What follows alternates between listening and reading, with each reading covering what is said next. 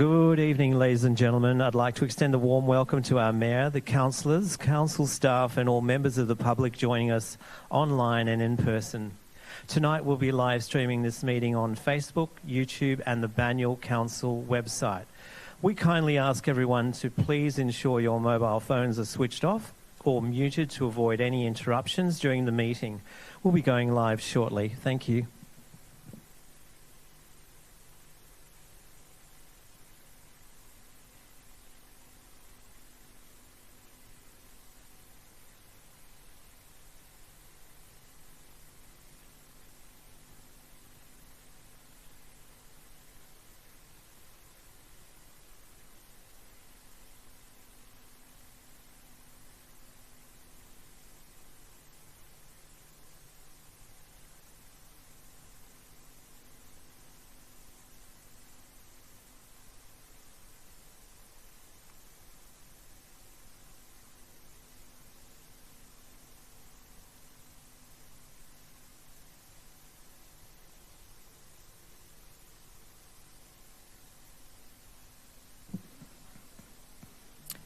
Good evening, everyone. Welcome to the council meeting of May the 4th. I open the meeting at 7 p.m. Is anyone here called Luke by any chance? We don't have Luke. That's unfortunate. Our meeting is being held on the traditional land of the Wurundjeri Woiwurrung people. On behalf of Banyule City Council, I wish to acknowledge them as the traditional custodians. I'd also like to pay my respects to the Wurundjeri Woiwurrung elders, past, present and emerging, and acknowledge other Aboriginal and Torres Strait Islander elders joining us today. Our Banyule community is made up of diverse cultures, beliefs, abilities, bodies, sexualities, ages and genders. We are committed to access, equity, participation and rights for everyone. These are principles which empower, foster harmony and increase the well-being of an inclusive community. I will now pass you on to the Chief Executive Officer, Ms Alison Beckwith, who will read out the formalities. Thank you, Mayor, and welcome everyone to this ordinary meeting of Council. As the Mayor indicated, my name is Alison Beckwith and I'm the CEO here at Banyule City Council.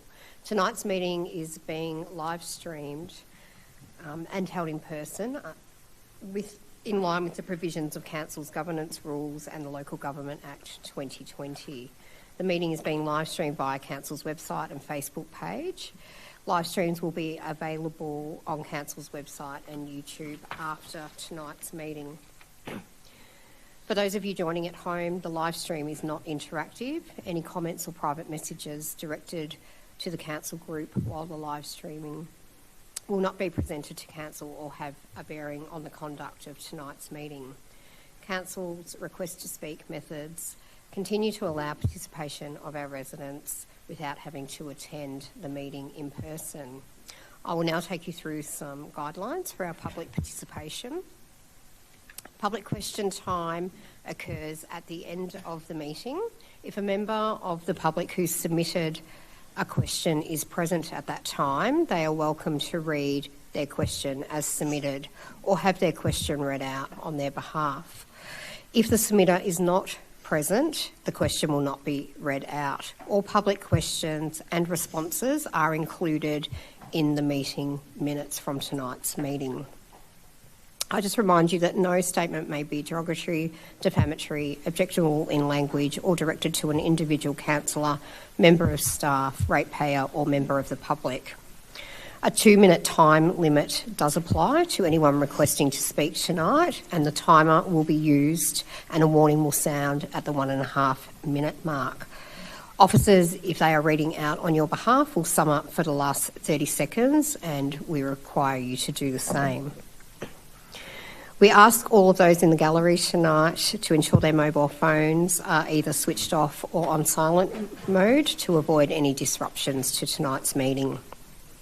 I also want to remind everyone in the gallery that Council has a zero tolerance for any form of bullying, harassment or violence. All present in tonight's meeting, including community, Council staff and councillors, are expected to respect individual views of all others, irrespective of their own views held, and respectfully allow everyone's participation in the council meeting.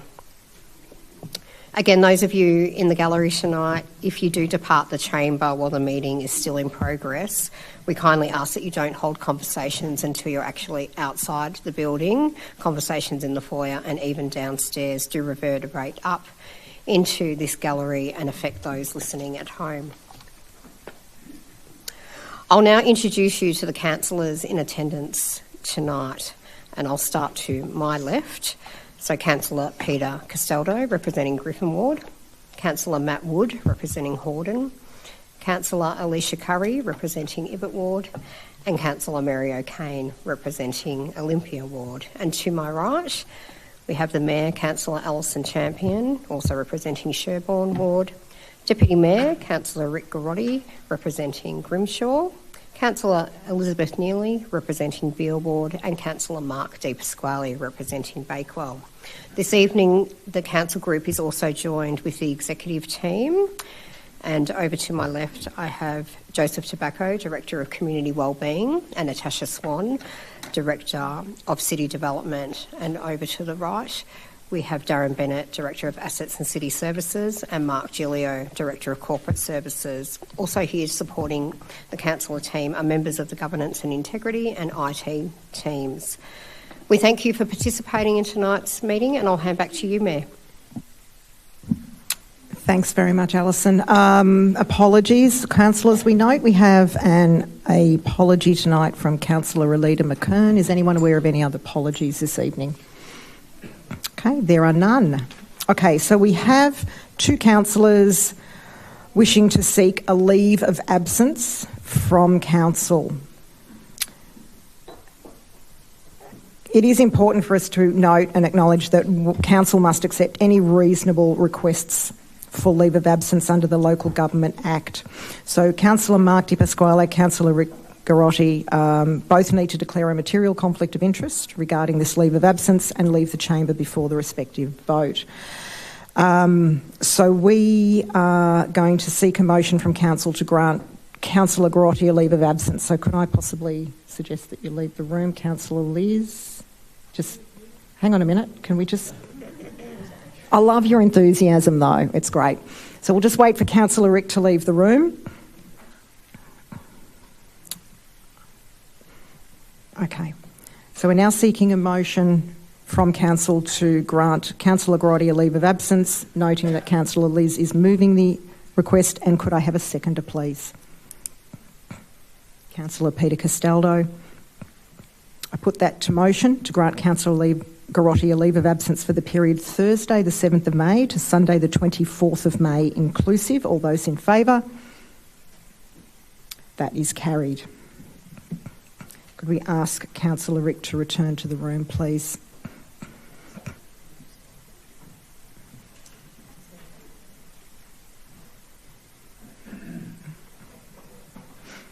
Okay.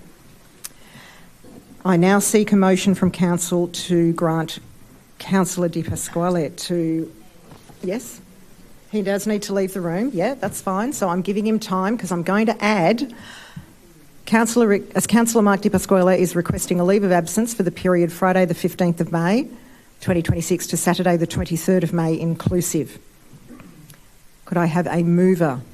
Councillor Elizabeth Neely. Could I have a seconder? Councillor Peter Castaldo. I put that in motion. All those in favour? That is carried. Could we ask Councillor Mark to return to the chambers, please? Okay.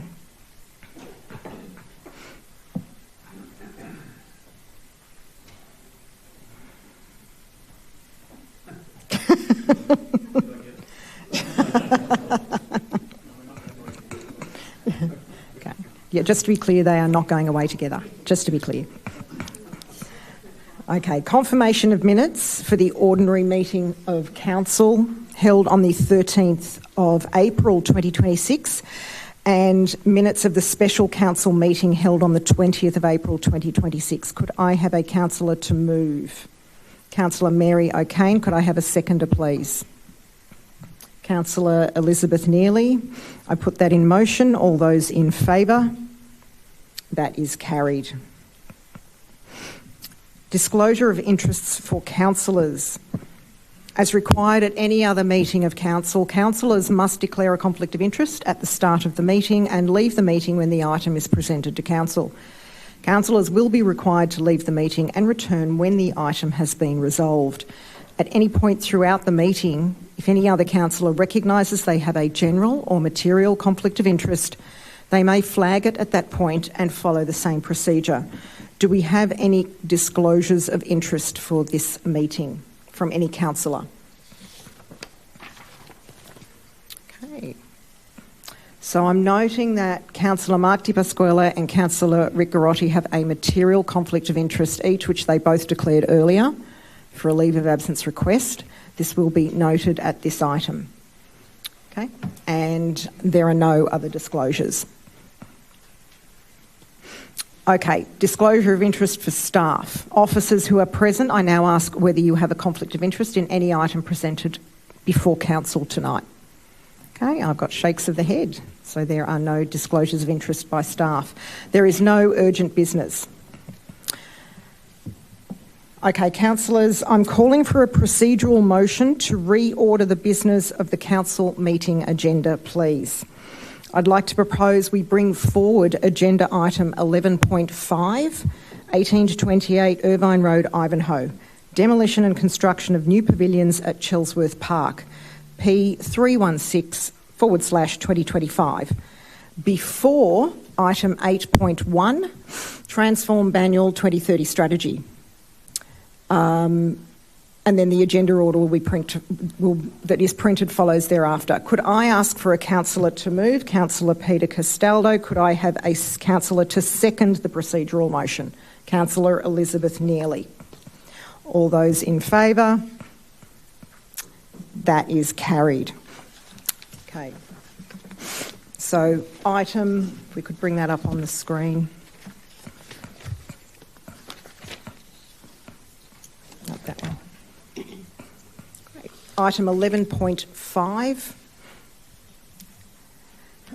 Irvine Road, Ivanhoe, demolition construction of new pavilions at Chelsworth Park. Submissions have already been heard for this item and there are no speakers on this item.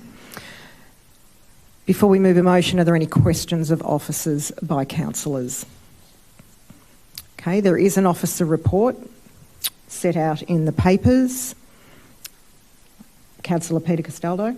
I'd like to move with some minor amendments. Go ahead.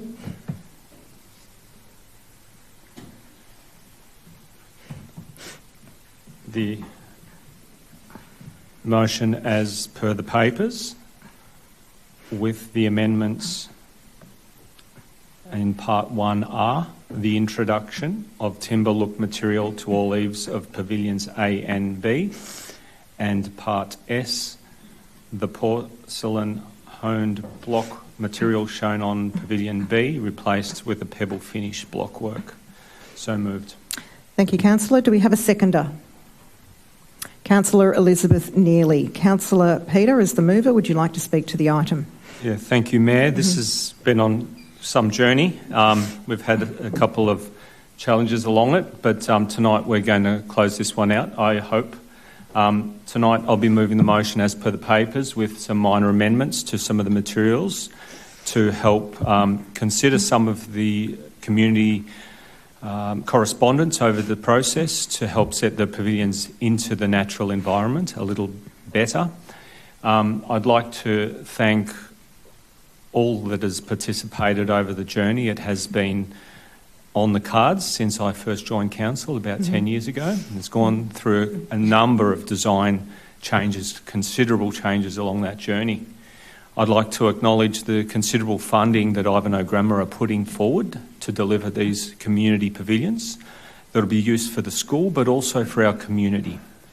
Well over $10 million, this will present new club change rooms that will be suitable for today's modern sporting clubs and really increase the opportunity for females to participate in those locations.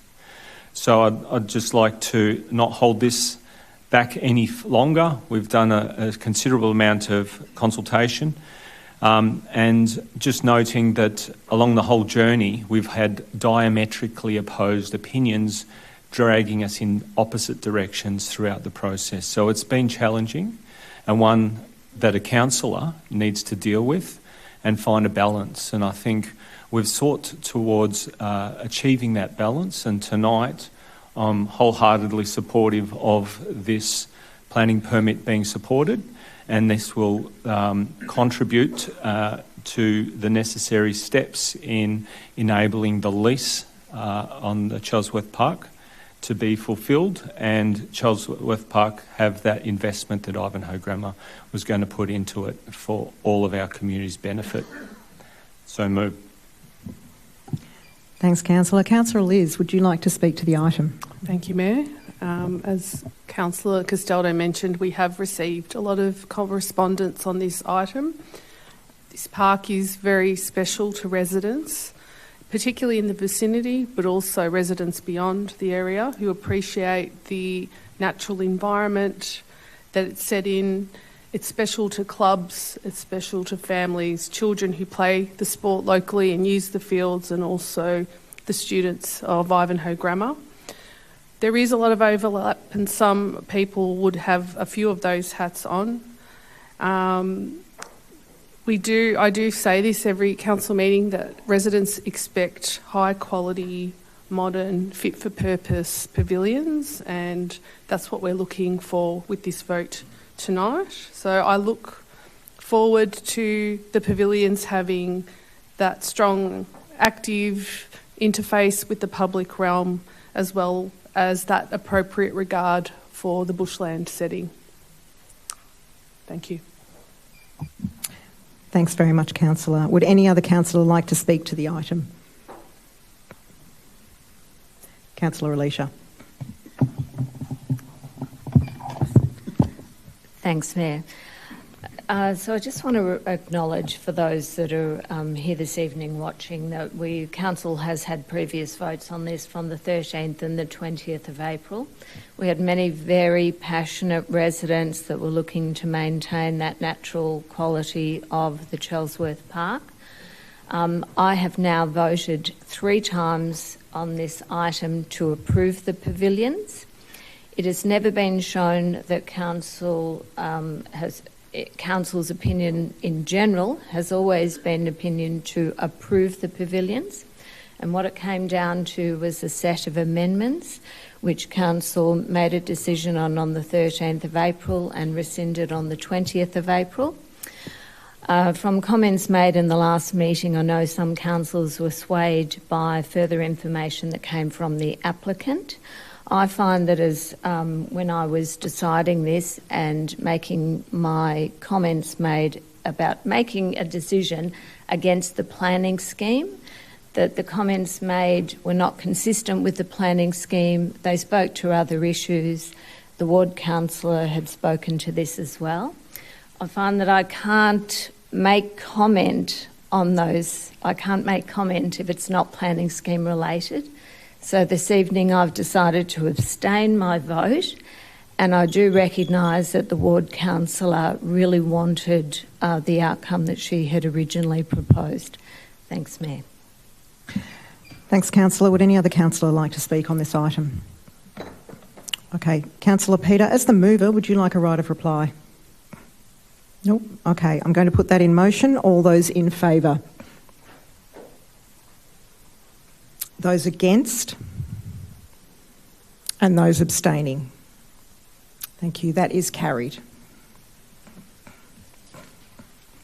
Now returning to the start of the agenda, or towards the start of the agenda. Item 8.1, Transform Banyule 2030 Strategy. There are 6 speakers on this item. Our first speaker is Kevin Hill from Banyule Ratepayers Group Incorporated, and will address the council in person, speaking for the recommendation. Thanks for joining us this evening, Kevin. You Good have 2 evening, minutes. Mayor and Councillors. I'd like to speak on the transformation program in the context of Council's broader responsibilities to the Banyule community.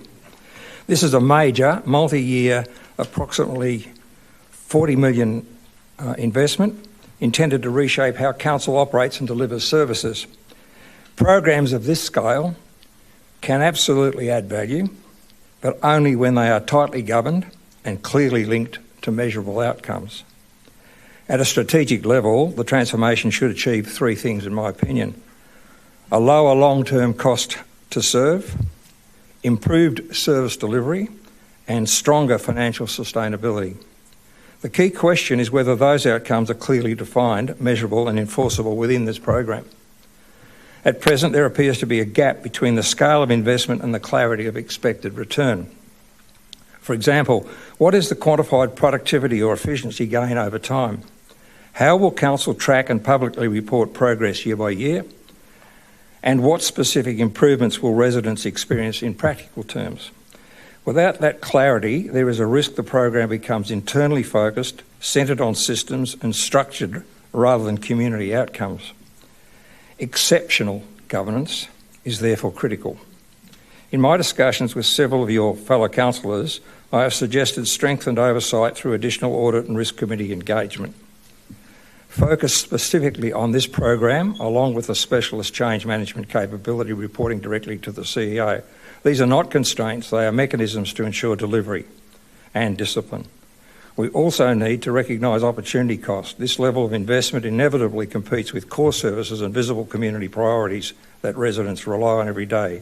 So the objective should not be to slow transformation, but to ensure it is governed with discipline, clear reporting, clear milestones and clear accountability to outcomes. Because in the end, transformation should not be judged by intent or scale, but by measurable improvements delivered to the community. Thank you. Thanks very much, Kevin. Brian Grace from Good Governance Banyule will address the meeting in person and is speaking for the recommendation. Thanks for being here, Brian. Thank you, have Mayor. 2 minutes. The transformation policy, a formal guideline that defines how our council manages major changes, how it governs us as a whole community. Banyule Council is showing good understanding and leadership for the future by undertaking this process.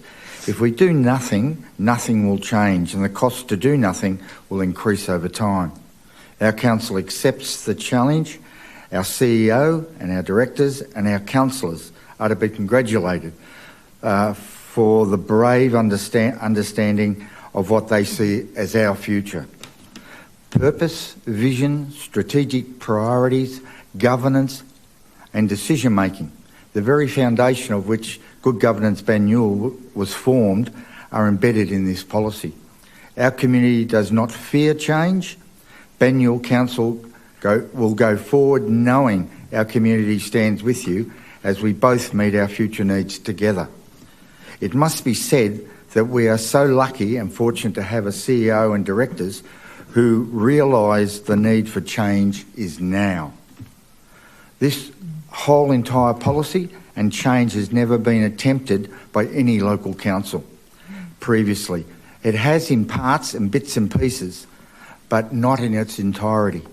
We know the risks if we don't move forward with change and the understanding and benefits we do.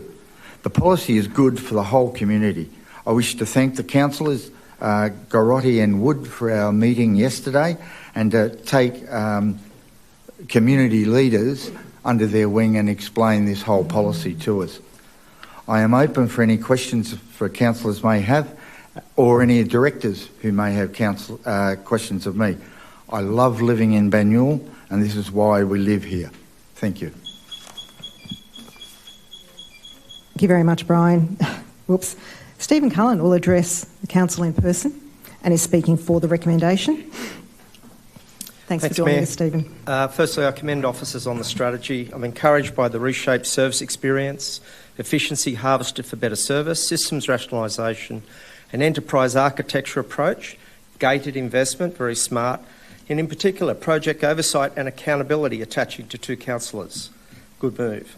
I encourage a reviewing of a couple of things to assure benefit delivery. The benefits case appears on the surface a little ambitious. 223 person hours per annum is about 125 FTE.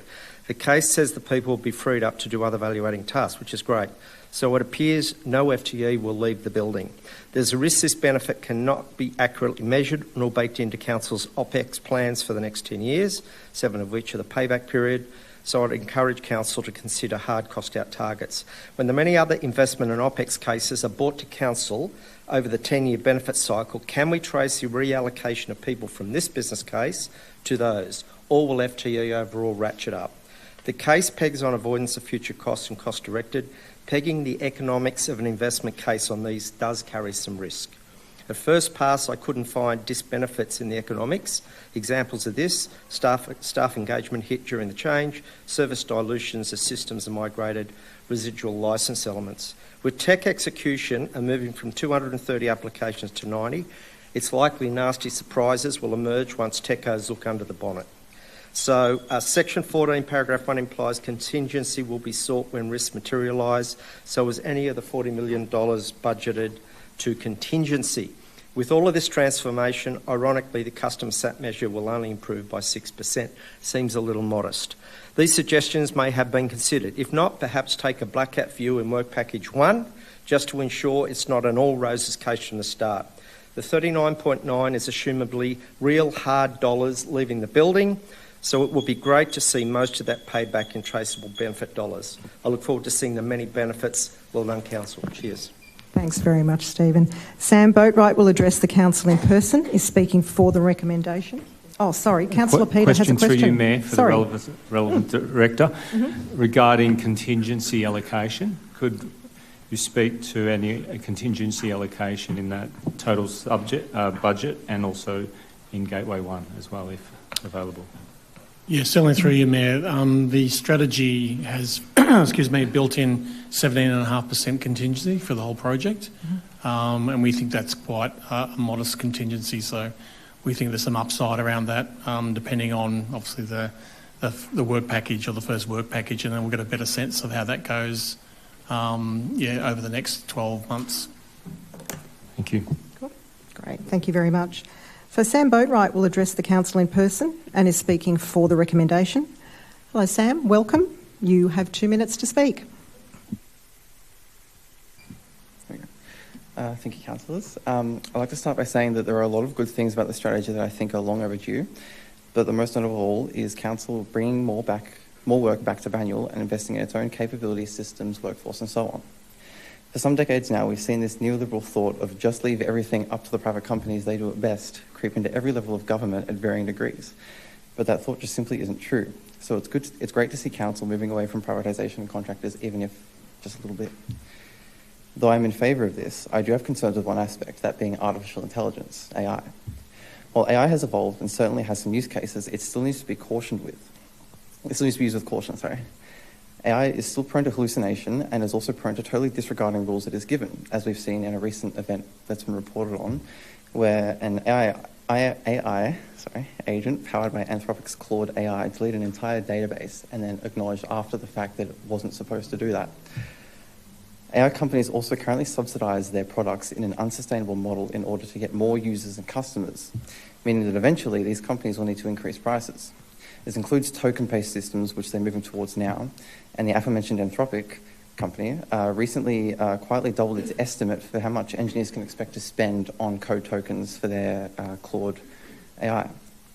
There's also the very real human impact. Unions like the Australian Services Union have warned that AI poses real challenges to job security, satisfaction and control over work. I'm unsure if unions have been consulted with this, but I believe that it will be important to do so, especially when it comes to ensuring people are put first and jobs are retained. So overall, while I believe that it would be good to see some thorough consultation outlined for AI implementation, this strategy moves us in a net positive direction. Backing public workers and moving away from privatisation, building a council that actually works for the community is really good to see. Thank you. Thanks very much, Sam. A video message will be played on behalf of Melissa Murphy-Webster, who is speaking for the recommendation.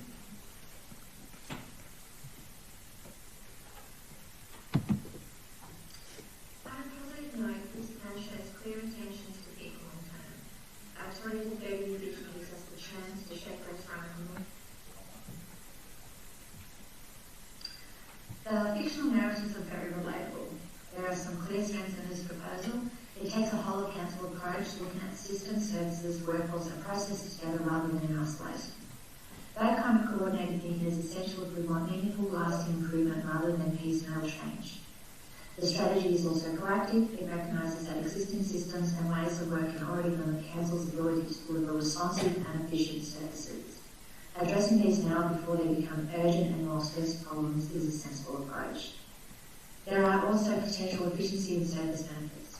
Reducing manual work, improving digital services and freeing up staff time for higher value work could lead to better outcomes for the community. The projected long-term financial returns suggest that this investment could pay off over time if delivered successfully. However, the scale of the investment is significant. That places pressure on the organisation to deliver real, measurable outcomes. If the expected benefits are delayed or not fully realised, the financial impact will be felt. Delivery will be ultimately dependent on execution and scheduled control checks throughout. In addition, greater consideration should be given whether some lower priority, such as refurbishing already functional play areas or more contentious spends, are the best use of resources at this time. Large transformation projects or programs are complex and difficult to implement. Delays, costs, overruns and disruption to services are real risk. There's also the human side to consider. Changes to system and process will affect staff, and without careful management, this can lead to resistance, uncertainty, and reduced morale. This strategy presents a valuable opportunity to modernise council and improve its services. The success will depend on the careful implementation, transparency, and ongoing accountability. Well done, and good luck. Thanks very much, Melissa. Our final speaker is Wendy Palliser from Palliser Real Estate, who will address the council in person and is speaking against the recommendation. Thanks for joining us tonight, Wendy. You have 2 minutes. Yes, advocate for James Reserve and a member of Friends of James Reserve on Facebook. So $40 million to transform Banyule by 2030, a lot of money. One of the key issues to be addressed is the determinants of the environmental and climate change. We know tree canopy is the determinant to counter climate change, and we know planting new trees will not mature in time to offset the loss of mature native canopy trees to reach the target of 30%, and I'm not sure of the year, by 2035, that is at 15% in Heidelberg Heights. So Council has approved the last 4 protected trees of 9 protected trees that have been felled over the last 4 years for an overdeveloped site at 21 to 25 James Street. This suggests... Point of order, and Mayor. It's against your policy. Go ahead, Councillor. Yeah. You're just speaking to the transform Banyule item? No, it's speaking to the environmental change that you're putting a lot of money into. So this suggests a cultural change at the core because you're overriding your own policies. So I urge Council to act now, not to wait for reports in relation to this issue. So I suggest align, coordinate and have interactive department decision making because you have capable staff and it seems segregated at the moment, and hopefully will ensure that existing mature protected trees are preserved to some degree before more irreversible loss occurs. Thanks very much, Wendy.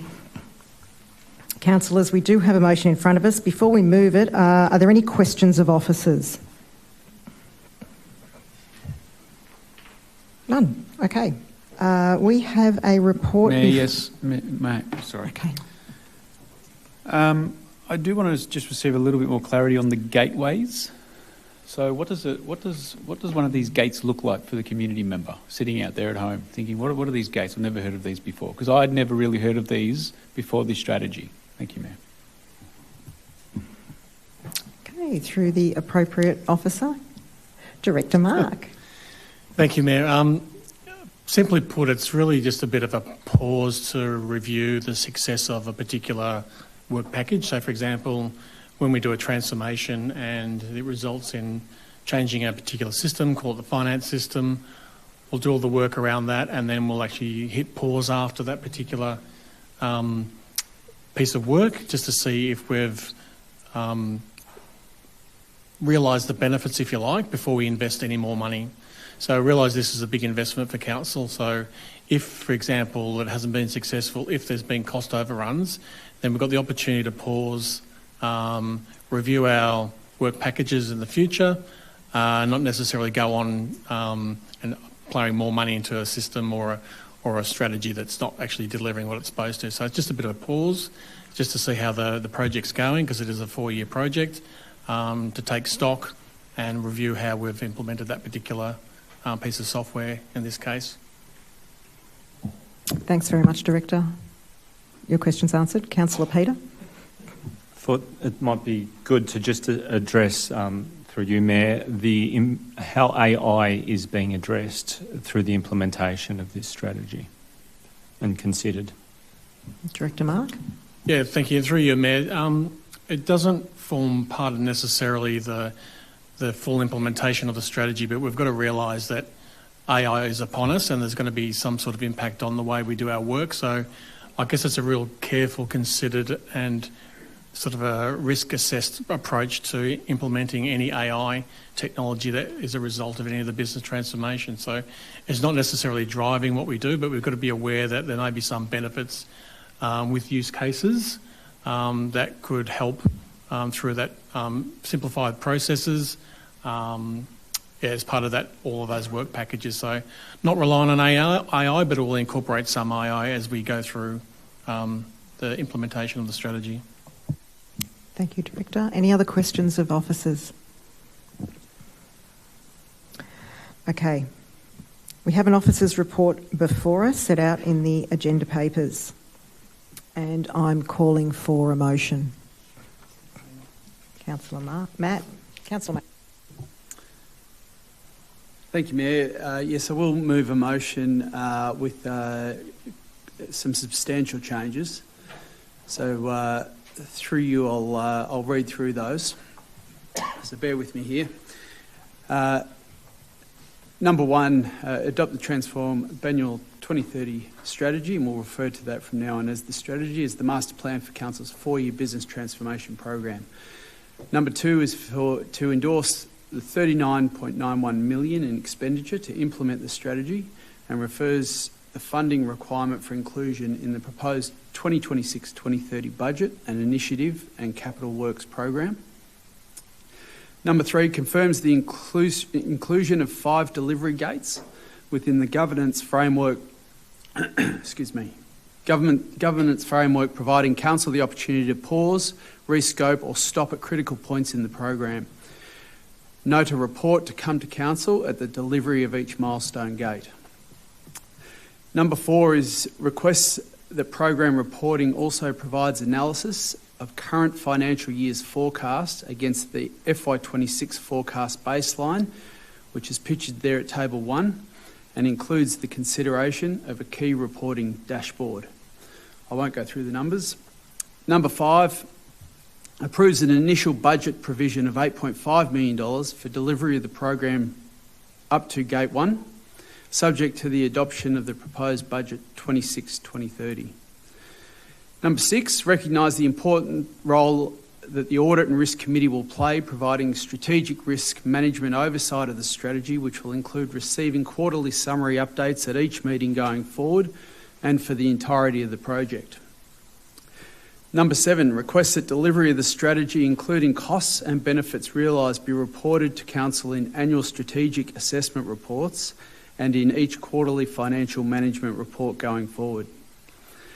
Number 8, Council writes to the Chair of the CEO Employment Matters Committee, requesting that delivery of this strategy be explicitly incorporated into the performance framework, recognise the importance of Council support for culture and change management for the Chief Executive Officer. And finally, number 9, notes the good governance framework of the strategy, incorporating the appointment of 2 councillor representatives and an independent expert member for oversight, which will occur post-strategy adoption. So moved, Mayor. Thank you, Councillor. Do I have a seconder for this item? Councillor Mary. Councillor Matt, as the mover, would you like to speak to the item? Yes, thank you, Mayor. And this is significant, and I want to thank the speakers for their detailed insight and attention to this matter, and certainly thank officers in the councillor group for a significant body of work of late. This is a combined effort that you can see up on the screen, and it's a privilege to table it here tonight. So this strategy proposal has been 18 months in the making for our officers, but in a real sense it's the product of more than a decade of disciplined governance and sound financial stewardship.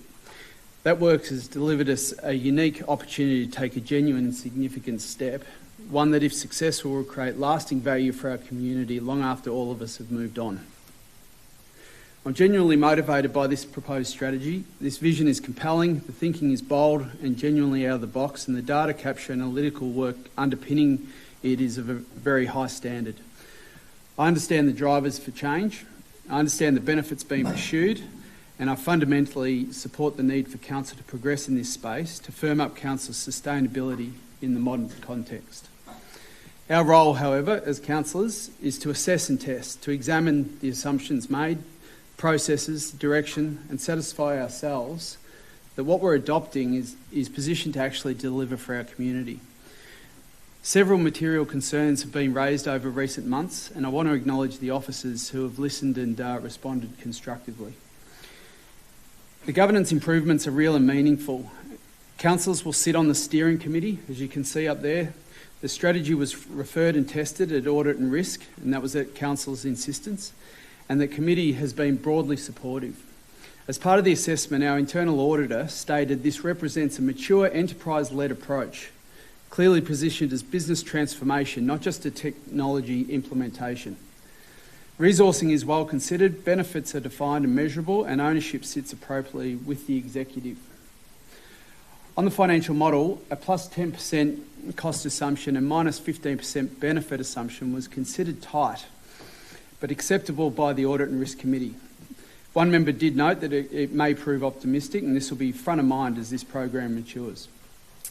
Critically, Audit and Risk has recommended, and we're endorsing this evening through this motion, the appointment of an independent external specialist consultant to the steering committee, and that recommendation was unanimous at Audit and Risk.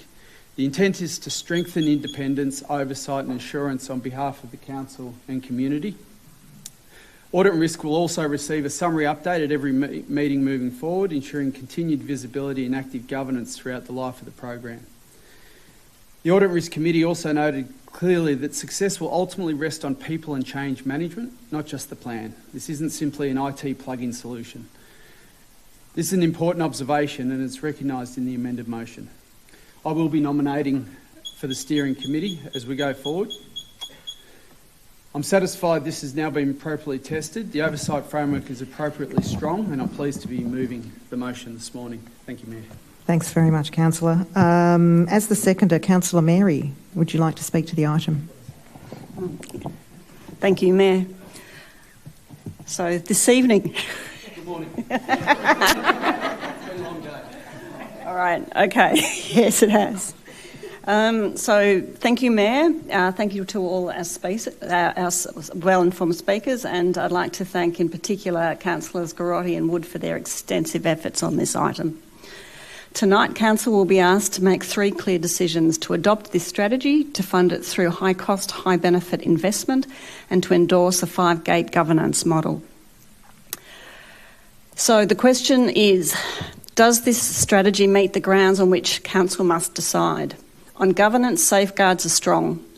There are defined decision gateways requiring formal Council approval and regular reporting. There will be a steering committee, as Councillor would have said, and that includes an independent advisor and councillors, and explicit alignment with Audit and Risk Committee oversight. These measures are directly address the risk of a runaway program. Financially, the risk is staged, visible and managed through existing budget and audit mechanisms. From a statutory perspective, Banyule will sustain compliance in critical and fast-evolving areas such as cyber security, privacy, data security, climate and environmental reporting.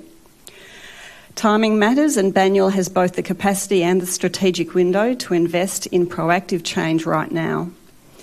I have confidence in the people behind this transformation project. It has been sponsored through an executive-led process developed by talented experts with deep capacity in business transformation, yet it is deliberately designed not to depend on a single individual. Ultimately, when we look at the benefit behind the details of the strategy, this strategy reflects Banyule's values: stewardship of public resources, accountability, good governance, ethical leadership, respect for staff capability, long-term responsibility, and the courage to transform, not just tinker. For this reason, I will be supporting this recommendation. Thank you, Councillor Mary. Would any other councillor like to speak to the item? Councillor Rick. Thank you, Mayor. Just would like to acknowledge the talented staff that we have who have developed this strategy and put it forward to council. So Tim Wakeham, the manager, and his team, we've certainly put them through their paces on this. No, there's been a lot of talk around systems and a lot of talk that I think a lot of people in our community wouldn't understand, to be honest. From my perspective, it's $40 million going into computers. So, big dollars, big investment, something that's not physically tangible to the community. So understandably, as a council, over the last 3 to 6 months, we've had to really get our heads around this. We've had to be assured ourselves that this is the right investment for your dollar, the ratepayer community dollar. And we've certainly stress tested that with the officers, and I want to thank them for their engagement in that process and their professionalism throughout.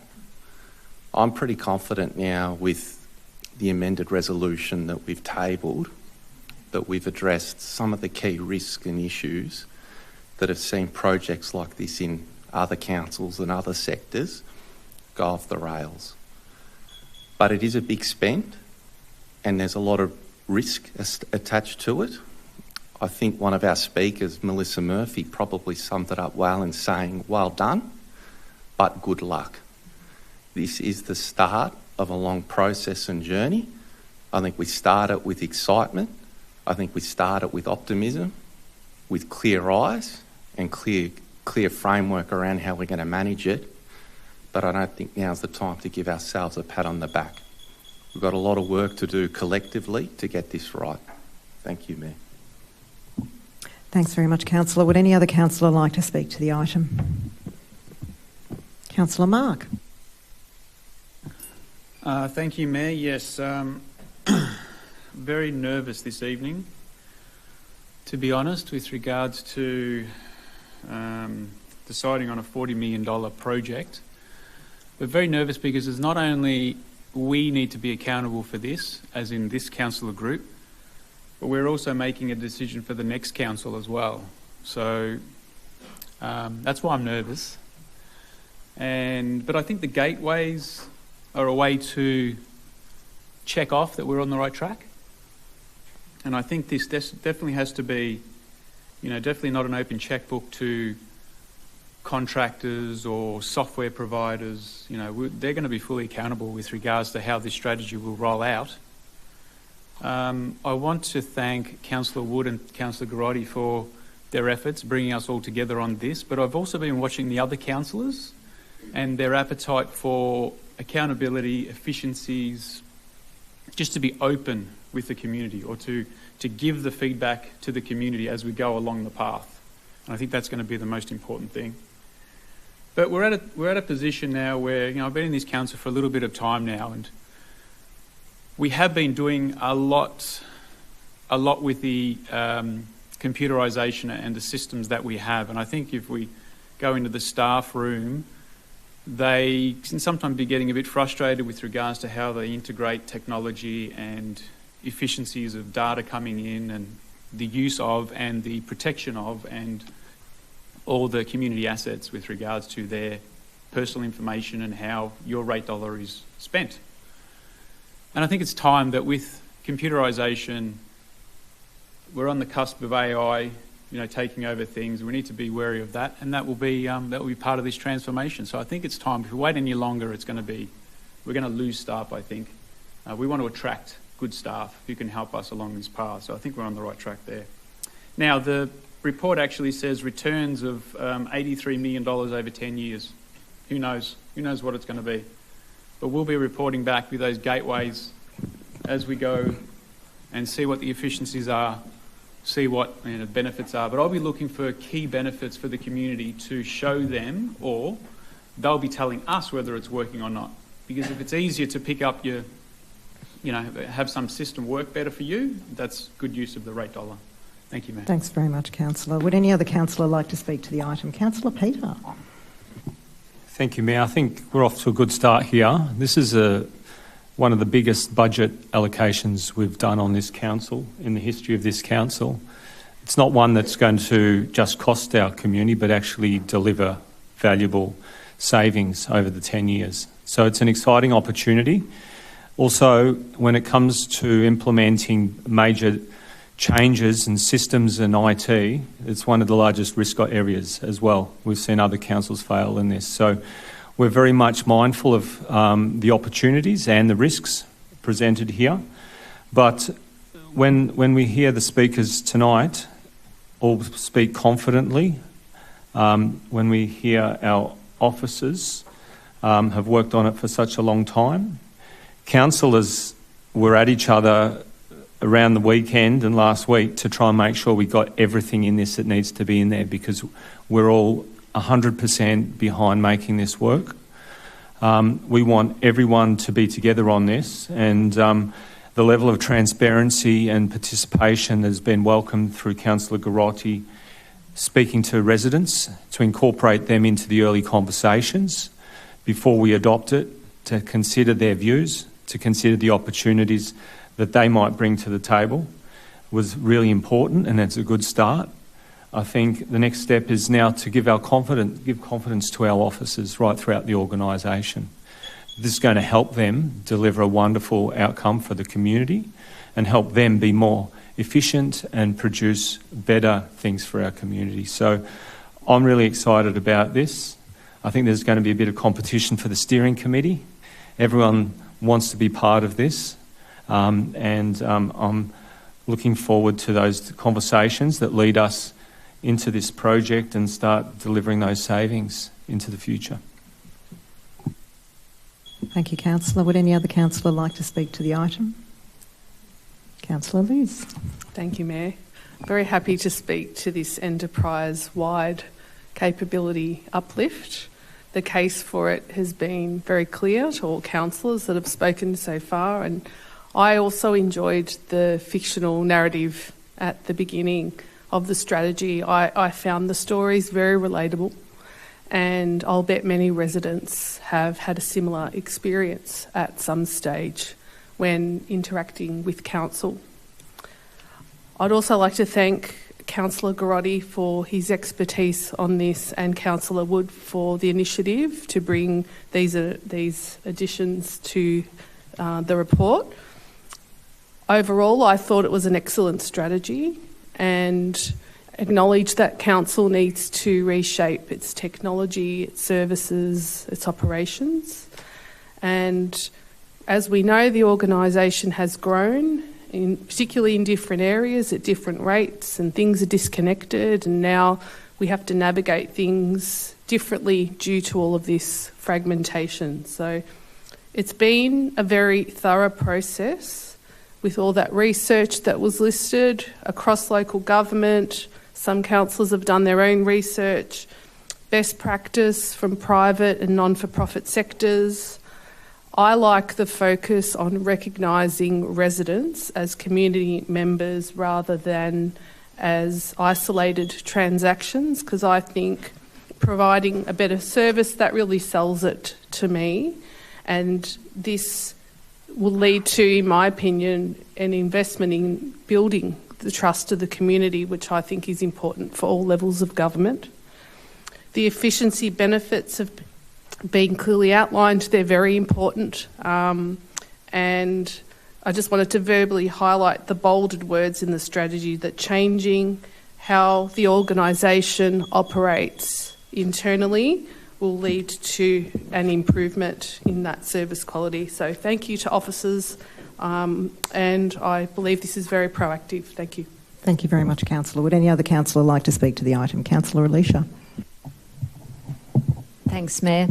Some of you might be aware of my background in investment banking and the technology area in finance, so I'm always keen to get into the guts of project management, which is a technology backbone. But I'm wearing a different hat tonight, and what I'm speaking to is, I think our go-to is always, as a resident, how will I see the benefit? Now, other councillors have covered off a lot of the topics of what the benefit is. We've got reporting built into the framework and the amendments, but I do want to recognise that we have a top-down organisation that we are custodians for, and directors of a large organisation where stakeholders are internal and external, and with such a large workforce that are going to be impacted by this, we need to be aware of their well-being. We need to maintain and retain talent. So as much as we are outward facing, and we do need to get the reporting right, and a dashboard to council is going to help us track that, because it definitely needs tracking, but we also need to maintain the efficiencies and the talent that we have, and this is designed to free up their time. So it's underpinned, the work here is underpinned by a lot of work that went on in the background in relation to benchmarking, best practice, but also one of the important keys was the mapping of the enterprise architecture to find all of those processes within council that interconnect with similar processes but not on the technology base. So we're really facing off against that and saying that sometimes that organic growth that goes on over a number of years is a hindrance to productivity, and spending this sort of money is going to go a long way to reinvent the wheel and produce great benefits for staff and our public. Thanks, Mayor. Thanks very much, Councillor. Any other councillor? Okay, so it's my turn. I will speak very, very briefly. There has been a lot of conversation, discussion, questions, answers, nutting out in the background for many months, and certainly over the last couple of weeks.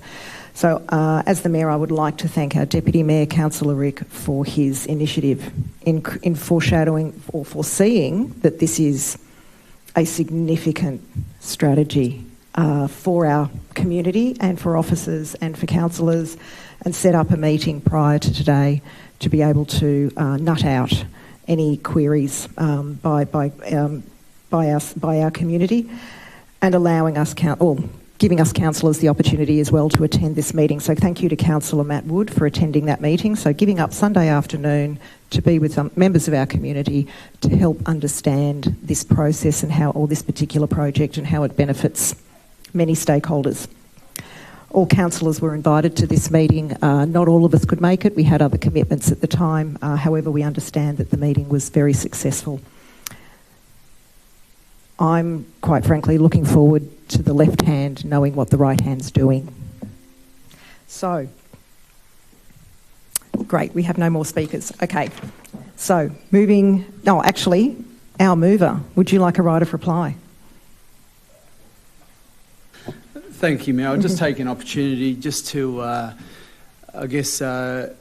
reiterate how significant this is, and it's not lost on any of us, and we make no apology for the extensive amendments we've made here, and it is evidence of the work that's gone into this. We own the responsibility on behalf of our community, and it's our job to ultimately deliver to make this place better than the way we found it, and it's certainly what I know we all intend to do. Thank you, Mayor. Okay, thanks very much, Councillor. I now put that in motion. All those in favour? That is carried. Thank you. Item 8.2, 2026 to 2030 budget, community feedback report. There are no speakers on this item. Before we So, Councillor Rick, you have a question? Okay, so do we have any questions of officers from councillors at this point? Okay, so Councillor Rick, we have a mover. Do we have a seconder for this item? Councillor Mary. Councillor Rick is the mover. Would you like to speak? Yeah, thank you, Mayor. Happy to move the report, and these will now be referred. The officers have now provided their recommendations on the community submissions for referral into the budget. I'd like to acknowledge in the gallery Mr. Brendan Murphy from Bread Hub and the advocacy that you've undertaken around a number of initiatives. And I'm hoping that Bread Hub and indeed all members of the community will be happy with an allocation that's now been recommended by the officers of $30,000 toward a valuable homelessness initiative. Thank you, Mayor. Thanks, Councillor. Councillor Mary is the seconder. Would you like to speak? Thank you, Mayor. I want to thank everyone who submitted an application for the funding for the 26-27 round, and in particular those groups who gave additional time and effort to present directly to councillors in March. The fact that only 7 applications were successful is a stark reflection of the increasingly harsh social, economic and political climate that we're operating in, especially for service providers and community organisations. The funded projects are in homelessness, food security, inclusive employment, the arts, sports ground equitable access and business support, and I think that is really reflective of the climate we're in. For many who were unsuccessful, I know the disappointment is visceral, entirely understandable. I also know that despite this, you will not have an option to stop and you will keep exploring other pathways to sustain your work. So I want to thank you for what you do and to encourage those who are not successful to continue to build and strengthen relationships with council so that together we can keep finding ways to support the vital contribution you make to our community. Thank you. Thank you, Councillor. Would any other councillor like to speak to the item? Councillor Mark.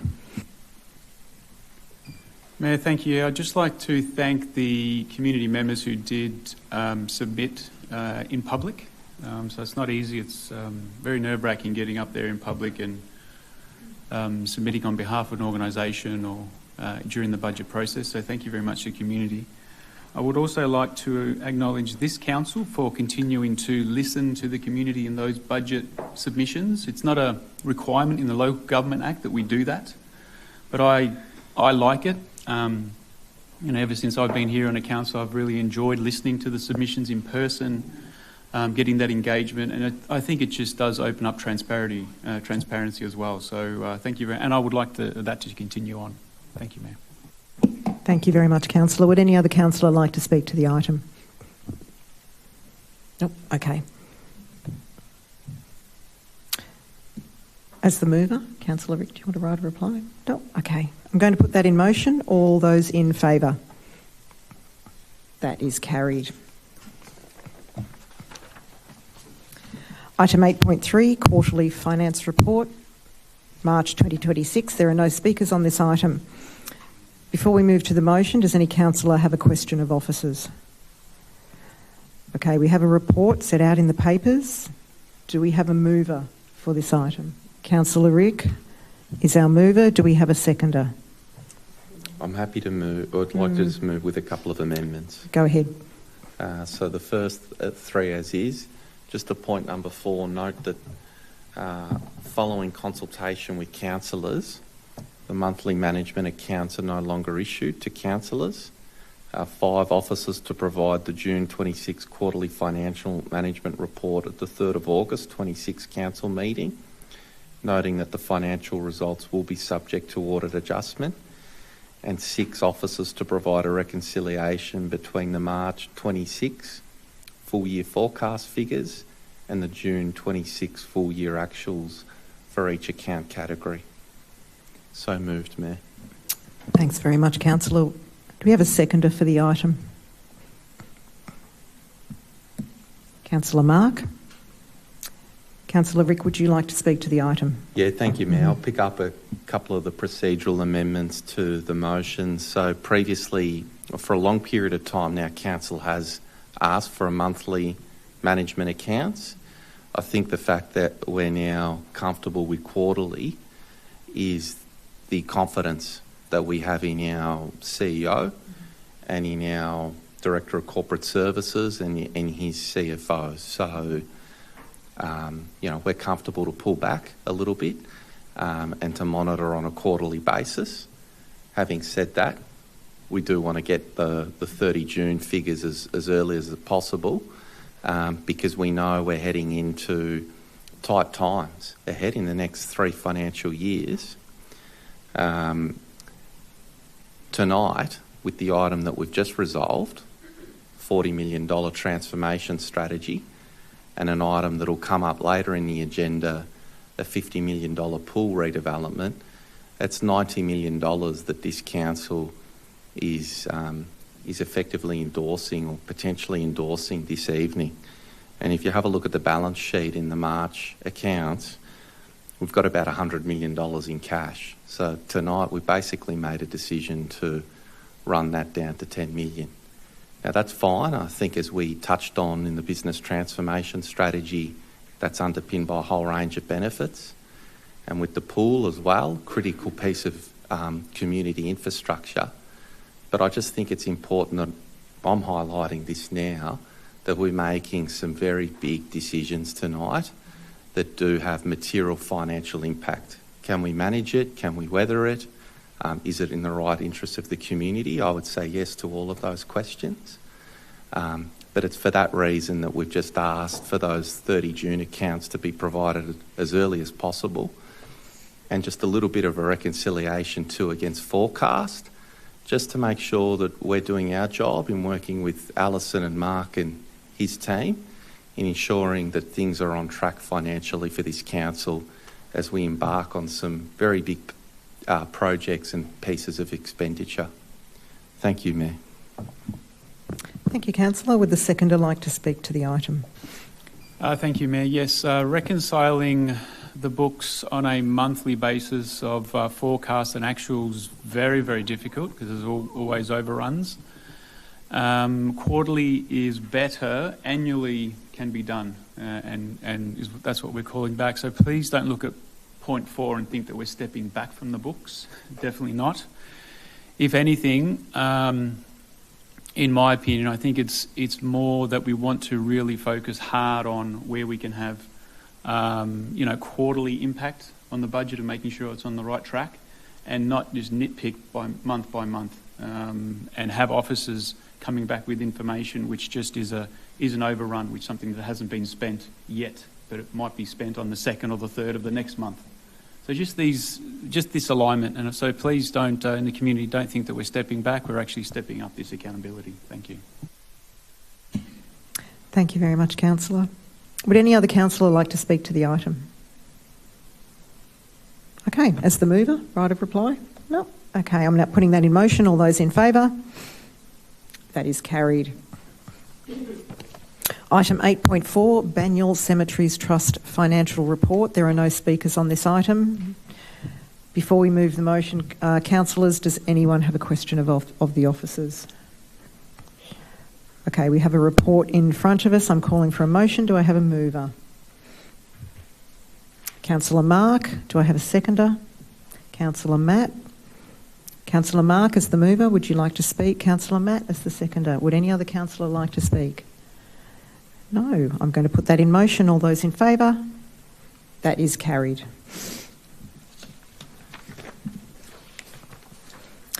Item 8.5, Banyule Cemeteries Trust Operational Report. There are no speakers on this item. Does any councillor have a question of officers? There's an officers' report before us, set out in the papers. I'm calling for a motion. Do we have a mover for this item, please? Councillor Mark. Do we have a seconder? I'll second that. Councillor Mark as the mover. Would you like to speak? Mayor, nothing specific with regards to the operational report, but part of the operations which maybe the community are not aware of, and I had to make aware of to fellow councillors, is that I was in conversations with the Greensborough RSL board and also the Greensborough Historical Society. Mm-hmm. They have an initiative where they're actually paying for So they're finding the next of kin of veterans who have unmarked graves in some of our cemeteries. And they're actually finding the next of kin and making sure, see whether the next of kin actually want a gravestone, and they're actually paying for those gravestones. So this is part of an operational that they're taking up, which will not be cost burden on this community or from this trust. Thank you, Mayor. Thank you, Councillor. I won't speak to the item. Would any other councillor like to speak? Okay, I'm going to put that in motion. All those in favour? That is carried. Item 8.6, record of councillor meetings. There is one speaker on this item. David Mulholland will address the council in person and is speaking against the recommendation. Thanks very much, David. You have 2 minutes. Thank you, Mayor. In this report, 2 advisory committees are listed: the First Nations Advisory Committee and the Environment Advisory Committee, which both met for over 2 hours. From the record, we can see the level of resourcing involved is significant. These committees are clearly considering matters of public interest. The First Nations Advisory Committee lists discussion on an item simply titled January 26. The Environment Advisory Committee lists waste to energy. These are not minor administrative items. They are issues that attract strong community views and deserve public understanding. However, what is missing here is just as important as what is included. Where are the detailed notes or minutes of these meetings? In the past, this council has provided records or summaries that give the community insight into what was discussed, what advice was offered, and how these conversations inform council decision-making. Without that detail, the community is left in the dark. You are effectively asking ratepayers to accept that important discussions are taking place without any visibility of the substance. That raises a fair and reasonable question. Has there been a shift in policy towards reduced transparency in relation to advisory committees? Because if that is the case, it should be clearly stated and justified. These committees require significant staff time, councillor time and community input. With that investment comes an obligation for openness and accountability. Transparency is not optional, it is fundamental to good governance. Thank you. Thanks very much, David. Councillor Peter. Through you, Mayor, I'd like to ask the question of the relevant officer. Where is the place that committees report back to community? Thank you. Through you, Mayor. There is a cyclical report which is presented to Council periodically, which has access to the public to minutes recorded from those meetings. That report will be forthcoming to a future meeting of Council. Thank you. Okay. So we have an officer's report before us in the agenda papers calling for a motion. Do I have a mover for this, please? Councillor Liz moving, Councillor Rick seconding. Councillor Liz is the mover. Would you like to speak? Councillor Rick is the seconder. Would you like to speak? Would any other councillor like to speak? Councillor Mark. Thank you, Mayor. Great points raised this evening to get people thinking about what our advisory committees are for and why we have them. The community must understand that they're not a decision-making body. So they don't actually make decisions on behalf of council. We're the council that make decisions, but they will come to us, or they will bring to a council meeting recommendations. And we will either accept those recommendations or reject those recommendations. But also the community should understand that committee members are and should be approachable as well. So they're public figures. The community members for our advisory committees are on our websites. They are to be representing members or greater members in the community, whether it be other organisations, greater numbers of people. And they will be bringing back information from those bigger groups back to those meetings and discussing them as a bit of a representative of those groups. So that's how the process should run. It allows us to get probably, in a community we have 15 to 20 odd opinions. If they go out into the communities, that could extend it to 100 to 200 opinions all coming back into the same room.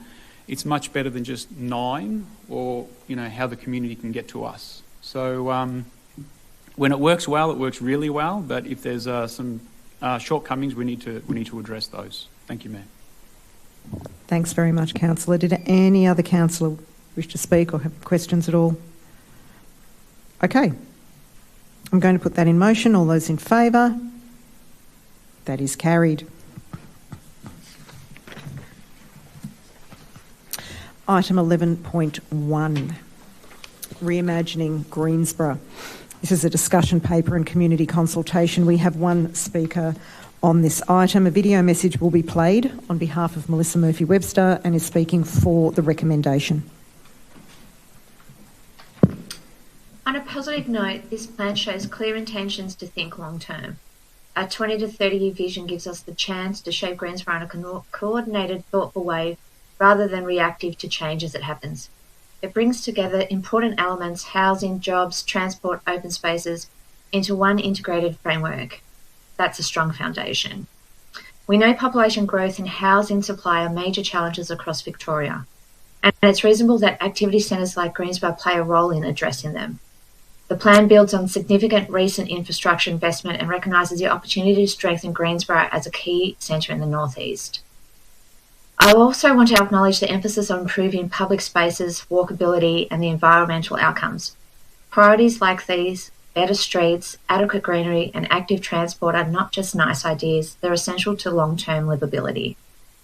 However, there is a growing tension between the local decision-making and state-led planning processes. Fast-tracked approval risks reducing council's ability and the community's voice in shaping outcomes. That creates understandable concerns about whether this plan will truly reflect local priorities. Secondly, while increasing housing supply is necessary, the community has already signalled discomfort with the scale and form of some developments. Issues like building heights, street-level design and lack of housing diversity need careful planning, which can be seen with regard to the community pushback against 17-storey housing development and the station plan in Watsonia. This plan has a strong step in the right direction, but its success will depend on how well balanced it grows with quality and how seriously it takes the voices of all the people who live here. Consultation is valuable, but it must be meaningful. If community input doesn't generally influence decision, then what's the point? Thank you. Thanks very much, Melissa. So, councillors, before we move to the motion, does any councillor have a question of officers?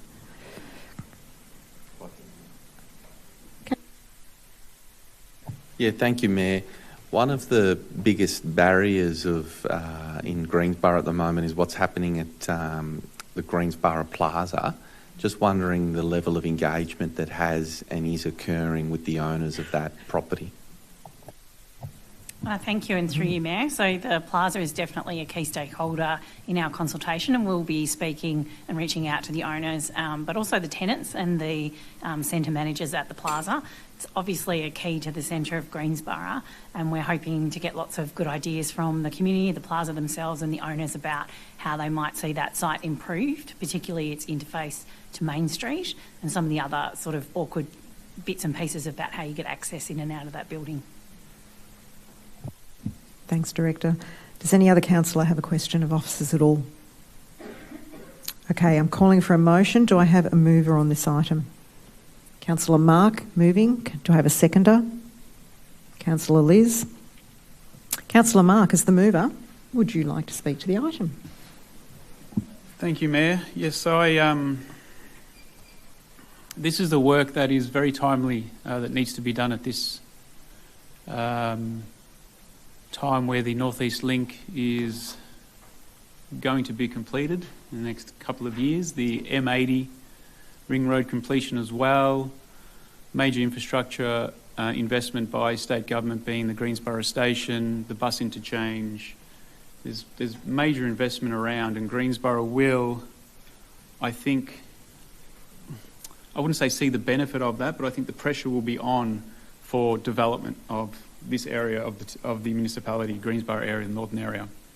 When I first got onto council, this was the time when Watermark was opened at that time. So I went through at that time, as a candidate, I went through the archives and we dug up the Green Book, which I think was a 1994 document.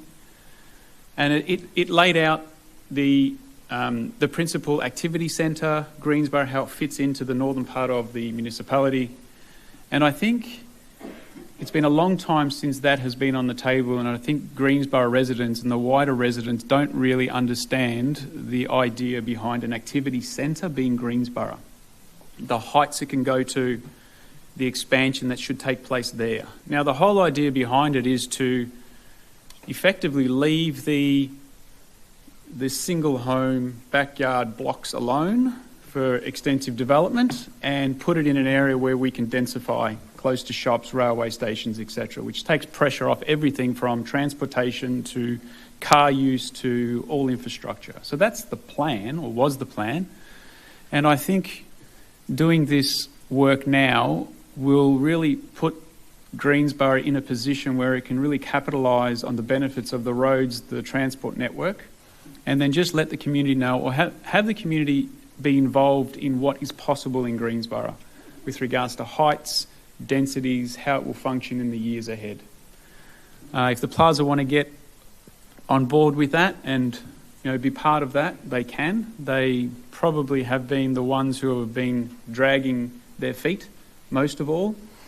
Council has invested heavily into the area, state government have invested heavily in the area, residents are coming and moving into the area, investing and renovating their properties there. I've seen many renovations in the immediate Greensborough area. So that's why this is so important. So it's it needs the community behind it, and it needs the consultation from the community mayor. Thank you. Thank you very much, Councillor. Councillor Liz, as the seconder, would you like to speak to the item? Yes, thank you, Mayor.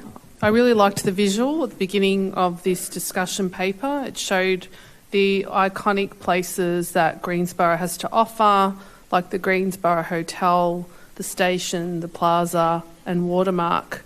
And probably the outdoor slide at Watermark is one of the most identifiable buildings in Greensborough. The other things it had on the front was most importantly the trees and the Plenty River, and I think when people think about Greensborough they do think of the natural environment.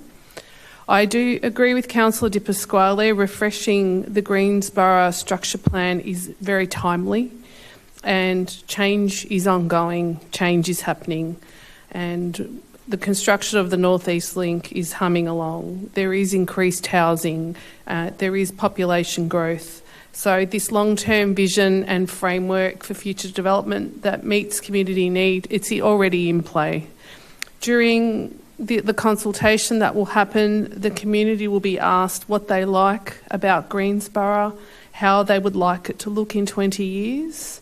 This hasn't just come out of nowhere, it's been drafted already using previous community feedback. So from Banyule Futures in 2024, from the riding strategy in the same year, and the Ageing Well strategy of 2023. We do hear a lot from the community of what they expect their area to be like or to be currently.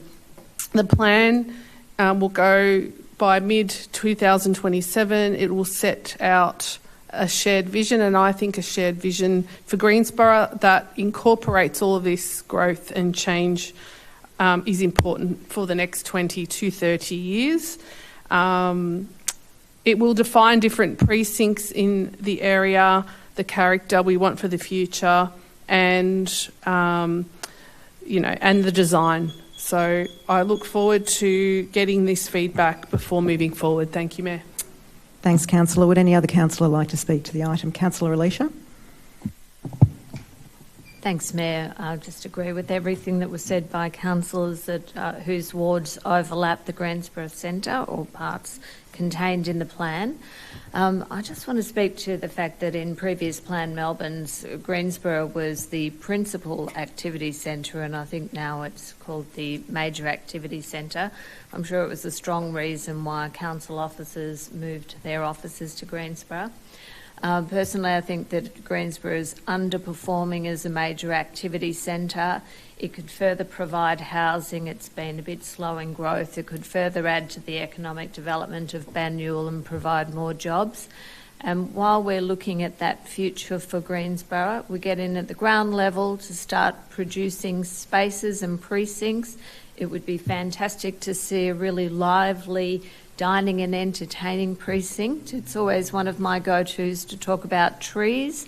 Where are the trees going to be? Let's have some lovely tree-lined streets. Let's make it a welcoming area for visitors within the precinct themselves and also from further out as we get access through the North East Link. Let's make it a centre that the people around Melbourne want to be in. So I'm really grateful for the work that's been done to support this. I think it's pretty exciting, so I'm hoping that we get lots of good responses and some very innovative ideas on how we can liven up the Greensborough Centre. Thanks, Mayor. Thank you, Councillor. Would any other councillor like to speak? Okay. Councillor Mark is the mover. Would you like a right of reply? Okay, we're going to put that in motion. All those in favour? And that is carried. Item 11.2, 132 Lower Heidelberg Road, Ivanhoe East. Works to Ivanhoe Park Croquet Club Pavilion, P161/2026. There are no speakers on this item. We have a motion and I understand there's an amendment to this motion. Councillor Peter? Yes, I'd like to move a minor amendment to the motion as per the papers. Mm-hmm.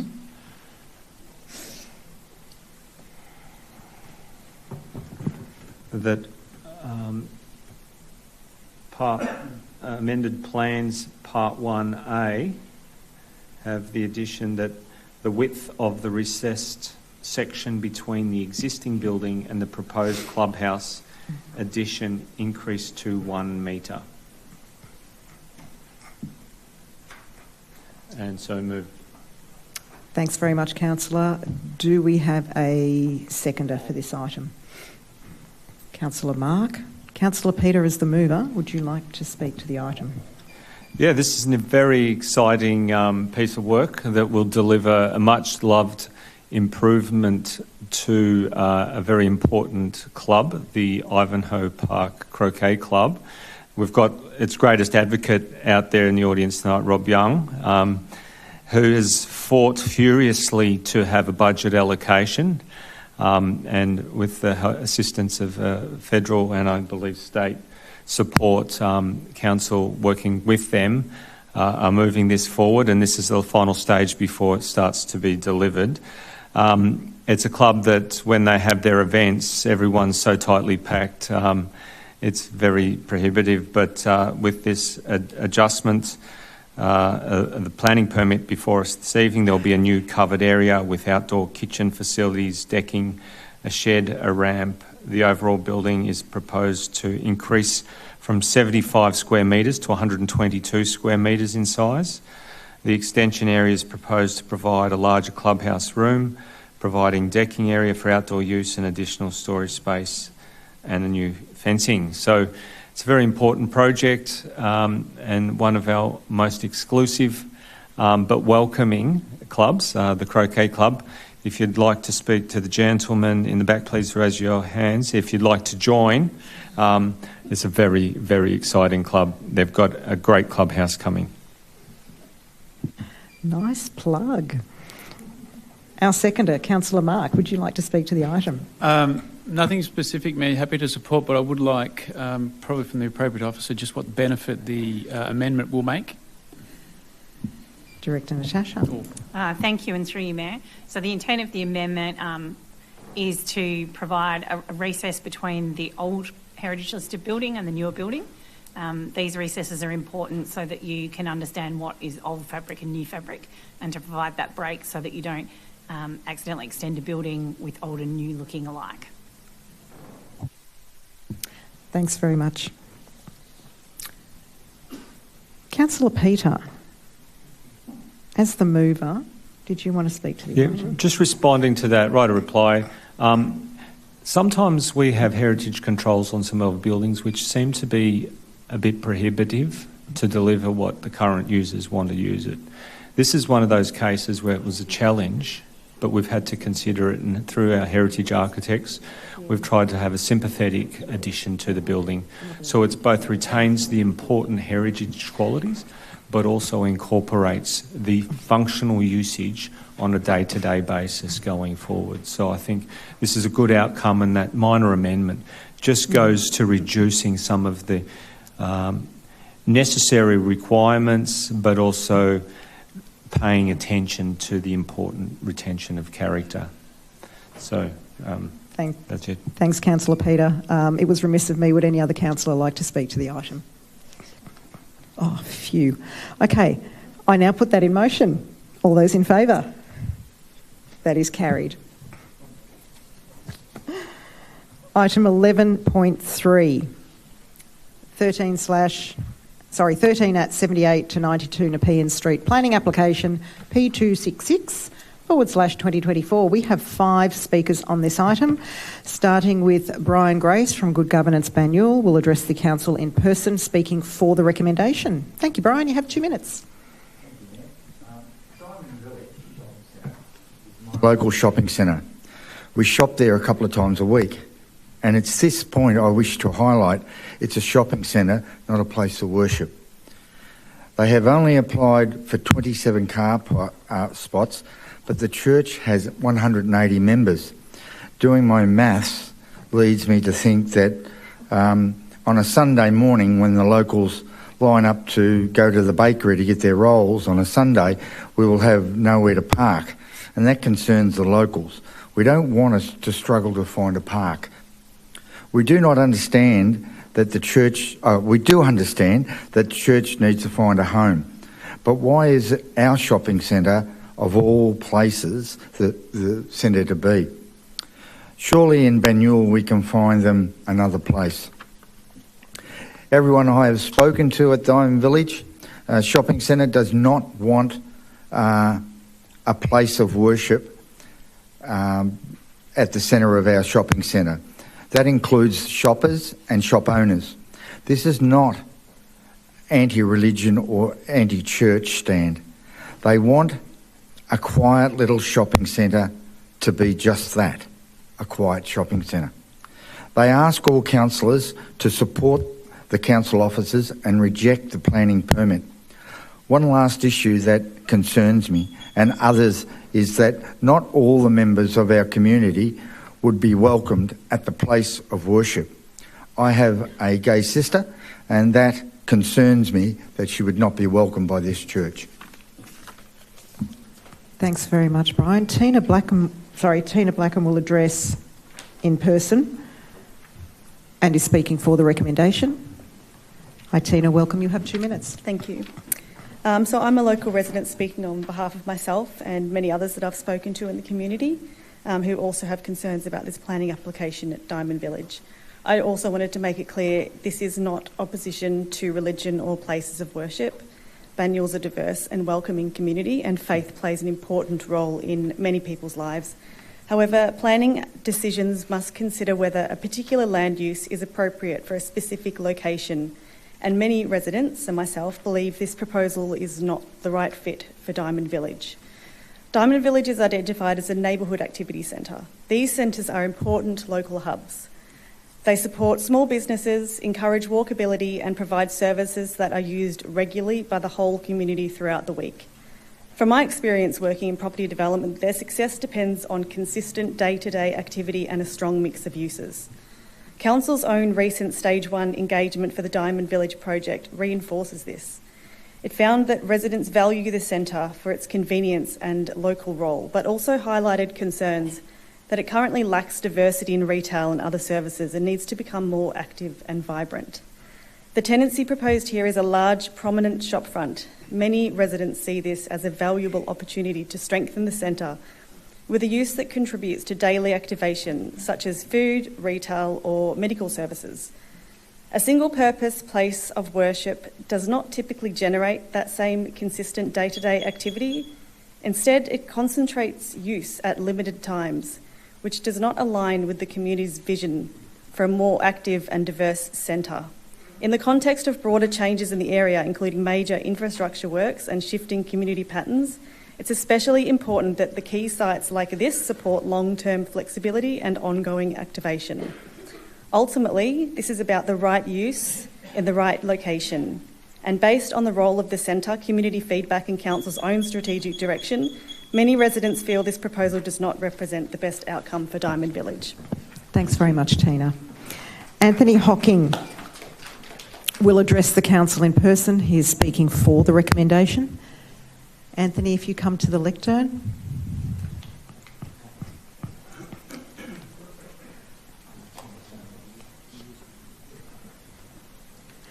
Thanks very much for joining us, Anthony. You have 2 minutes.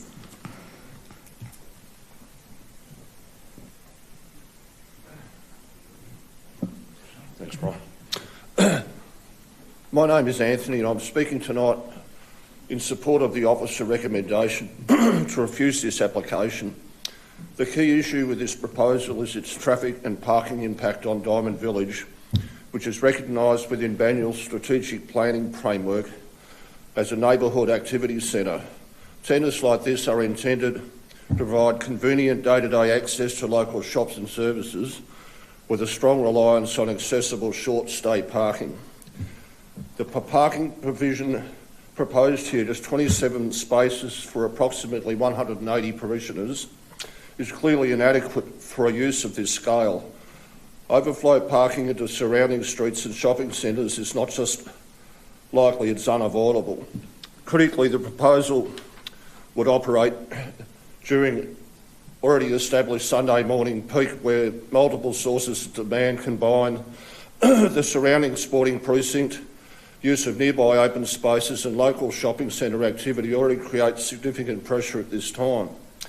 For councillors who may not be familiar with the local conditions, the area is also experiencing significant disruption associated with North East Link project.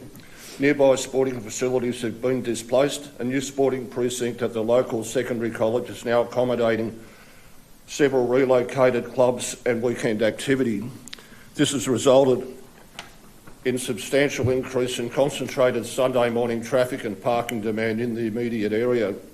While these arrangements may be described as temporary, there is no clear or certain time frame when the conditions will return to a previous baseline or what that baseline will be.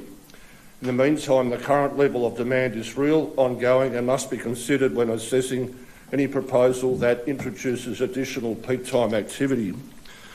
When all these factors combine, sporting activity, community use, shopping demand and now a large place of worship, the result is a compounding effect on traffic and parking that creates congested and potentially unsafe conditions. This has real implications for community, particularly older residents and those with mobility challenges who rely on a safe, accessible access to the centre. Thanks very much, Public Anthony. transport accessibility Anthony. on Sunday mornings is also Anthony. limited within frequent services. Thank you very much. Your 2 minutes is up and thank you. Thank you for speaking. I'm going to go on to the next speaker. Yep. Yeah. Thank you very much. We have Lan Huang Vo, who will address the council in person and is speaking for the recommendation. Thanks very much for joining us, Lan Huang. You have 2 minutes. Good evening, Mayor, Councillor. I'm here tonight to represent the local trader of Diamond Village Shopping Centre and approximately about 700 residents who have signed our petition. We are formally request the rejection of planning permit for the proposal of place of worship.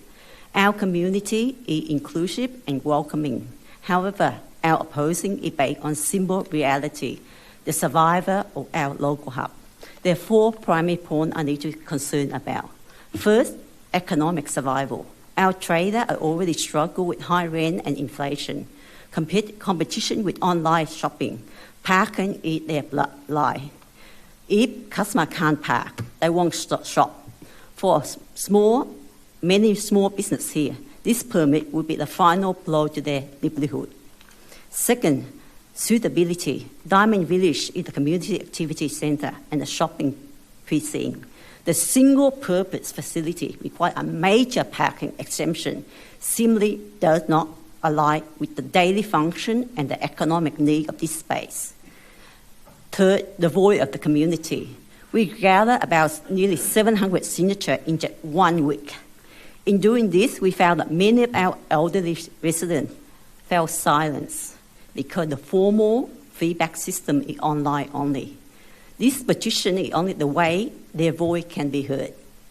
And the final point is public safety. Anthony and Tina already pointed out already.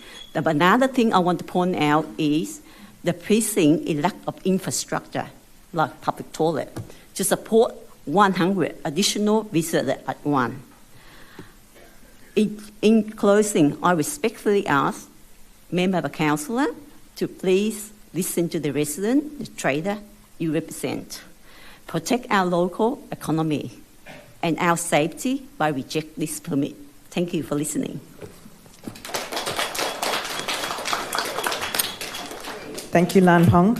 On the sidetrack, I'd like to thank the council and mayor for finally support us to get our public toilet in the park. And we're really looking forward to start building in the next year or so. Thank you. You're welcome. It's our pleasure. I know public toilets are very important. Kim Clipstone from Renew Health and Acupuncture Clinic will address the council in person and is speaking for the recommendation. Welcome, Kim. You have 2 minutes. Thank you very much. I speak tonight as a building owner and business operator within the village. I object to the proposed permit amendment to allow a place of worship at this site within Diamond Village. As other speakers have already talked about, I won't go over it again, but it's more reiterating the fact that the car park convenience for a lot of our people that come to the village are elderly, they're injured, and that convenience is just fabulous for so many people. I believe that the use of the car park by the church on a Sunday for up to 180 people and potentially during the week will restrict these people from accessing the car park near the centre. The church pastor at the last council meeting regarding this topic was also unable to tell the community about a clear plan of what sessions would be run and how many patrons would be really present at these sessions for the weekly day and night times. It was very vague. The new Diamond Village Public Realm Concept Plan has just been published. This is still a plan, but this will further decrease the amount of permanently available car parks at the village. The park will be expanded for a toilet. This will take maybe 14 car parks away. Trees are to be planted in the car park, which will take more car parks away. And 2 new long pedestrian walkways through the car park from the village to the park will be made, and the footpath outside of the stripper shops will be widened. My view is that the car park assessments that were done in 2025 and the subsequent recommendation from Banyule development planner Stephen Oscari that states that the area can accommodate the anticipated vehicle movement generated by a Sunday church service are invalid and incorrect if the council is soon to greatly reduce the availability of car parking with the implementation of the public realm concept plan. Thank you. Thank you very much for joining us, Kim. So, councillors, we have a motion. Before we vote on it, do we have any questions? Councillor Mark. Mayor, just clarifying a couple of things, please. Our final speaker, I see on the list, was against the recommendation. Originally against? But I'm anticipating she's for the recommendation as it stands. That is correct. So I was given the notification prior to the meeting starting that while in the papers it reads like the speaker is against, however, the way she's actually speaking for the item. So I was notified of that, hence my comment that she is speaking for the item. In introducing her, my pleasure. And just a question of the appropriate officer, if I may. The church had to apply for a planning amendment. What were the grounds for that planning amendment, and why they needed to make an application? Does it go on size of the church? Was there a way that a church can actually open up there without doing a planning permit? Director Swan. Thank you, and through you, Mayor. So the answer is yes and yes. The church at that scale, so at that floor area, requires a planning permit. If it was operating out of a smaller premises, then it wouldn't require a permit for use, but it may still require a permit for a reduction in car parking. A smaller premise probably wouldn't accommodate the same number of people that were proposed through this application, so would be an entirely different assessment. Thank you very much. Does any councillor have any questions of officers at this point? Okay, we have a report. I'm calling for a motion. Do we have a mover on this item? Councillor Mark, do we have a seconder? Councillor Alicia. Councillor Mark, as the mover, would you like to speak to the item? Thank you, Mayor. Yes, we have the council officers with the recommendation to not support this proposal, and I think we've clearly heard it from the community that on the basis of what it is proposed to not support, or that they don't have the full support of it for that area. For me personally, I don't really want to look like not supporting a religious organisation. I was the councillor who did bring up to previous council meetings to actually have the Lord's Prayer before the council meeting, and that was voted down twice. Maybe on the third day it might get up, but anyway, that's a joke, everybody. So I was actually wanting to hear from the church organisation and members of their church here this evening. I think that speaks a lot. They're not being here to speak for themselves. I think there is a hand that is going up. I believe probably didn't get onto the list. So I'll just finish my time there. So, Councillor Mark, you are speaking now. Yeah, I'll quickly just finish now. But yeah, so the advocacy for the Diamond Village, there is the plans, as speakers have actually spoken about this evening, for the Diamond Village, Delta playground there, the toilets, really advocating hard for a post office facility there, other amenities that the local community can use as a local shopping area. So maybe not appropriate. I'm going to support the officer's recommendation this evening. So maybe not appropriate for a church at this stage, but we are going to continue to help that shopping area in the future because, as the roads finish, North East Link, investment there by state government, Greensborough College, we've been contacted by sporting organisations who use that extensively and are quite successful there.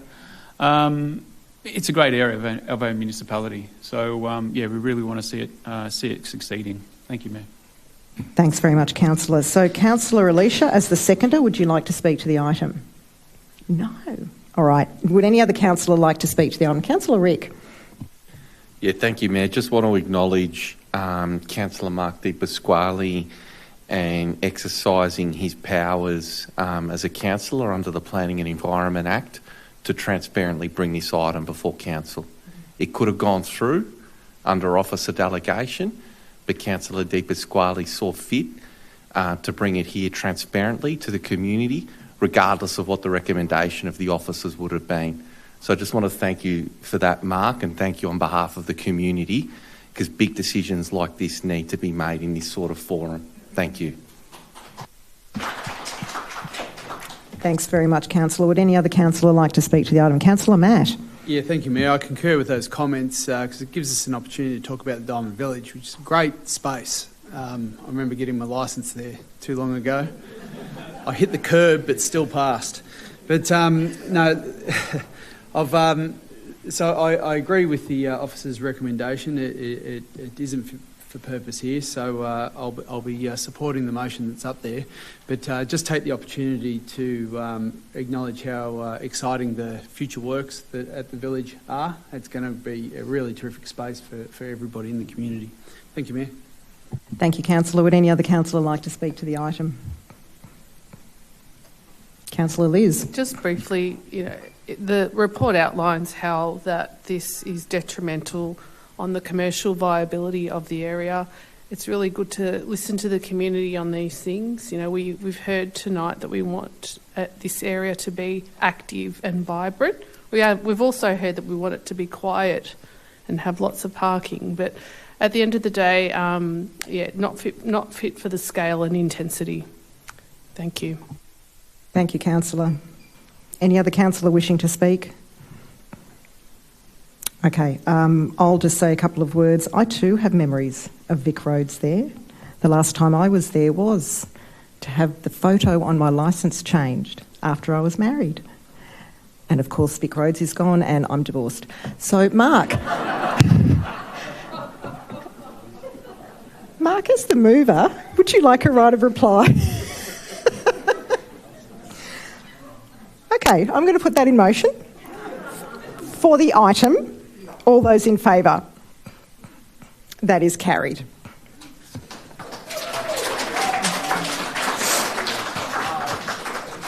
Okay. That was for the item, wasn't it? Not my divorce. Just checking. Item 11.4, proposed sale of 35 Hillside Road, Rosanna. We have no speakers on this item. Does any councillor have a question of the officers? Councillor Alicia.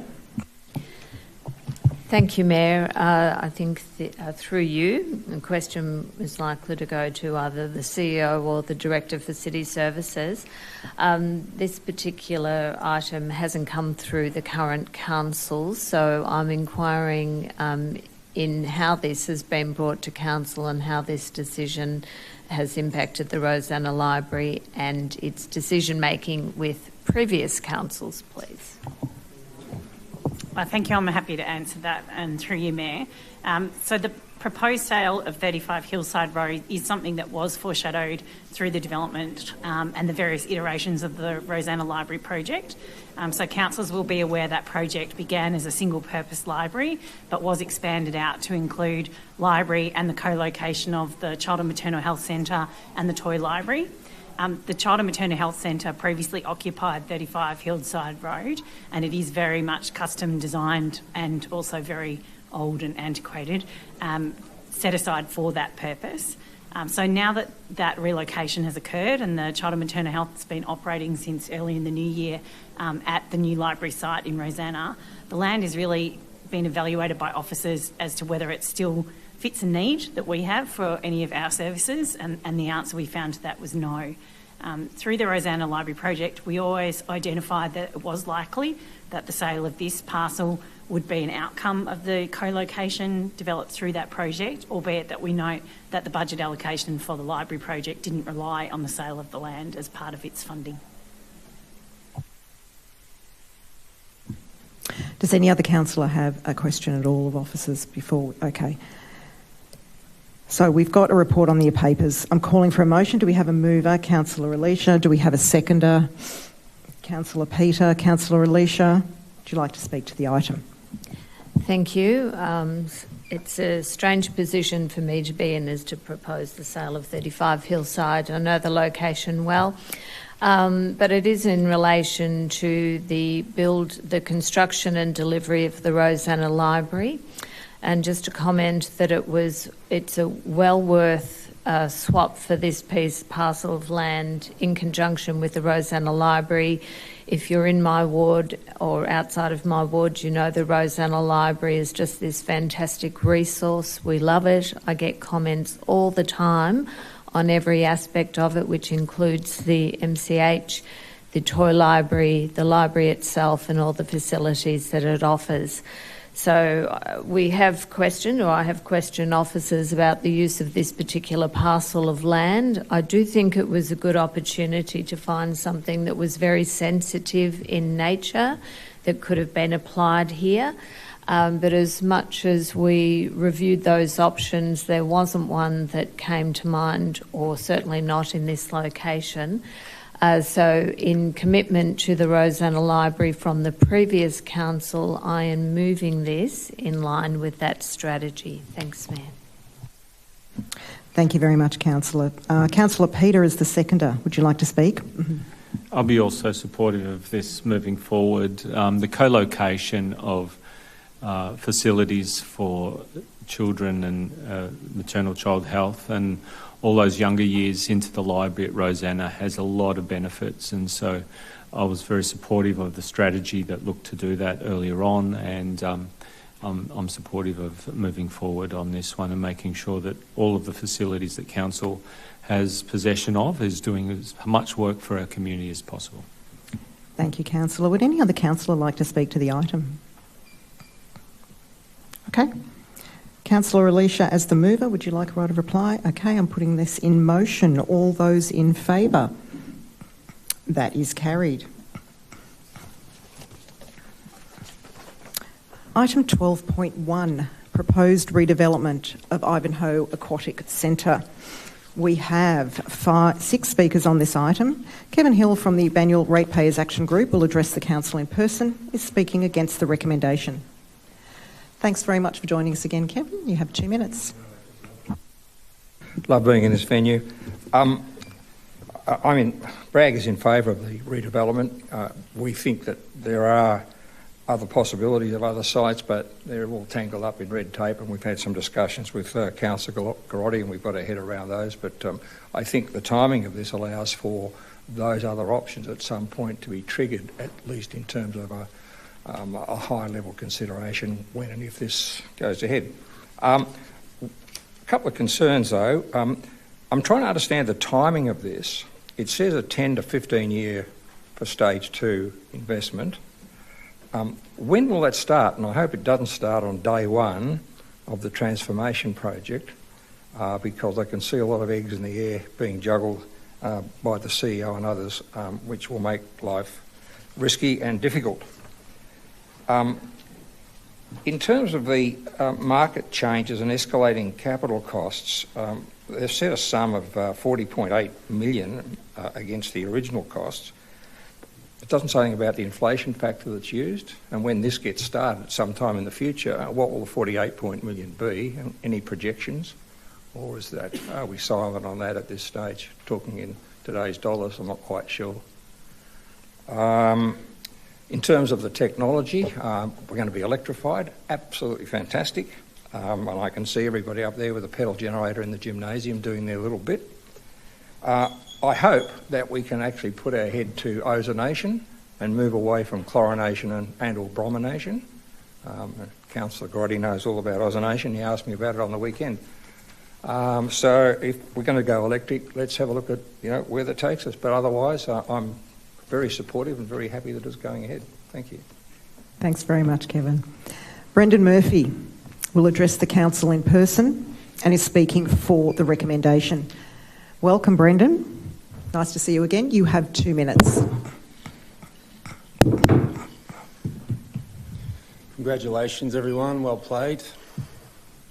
Just got, I'm going to talk to that bee bird there. Anyway, people are often unreasonable, illogical, or self-centred. Forgive them anyway. If you're kind, people may accuse you of selfish, ulterior motives. Be kind anyway. If you are successful, you will win some false friends and some true enemies. Succeed anyway.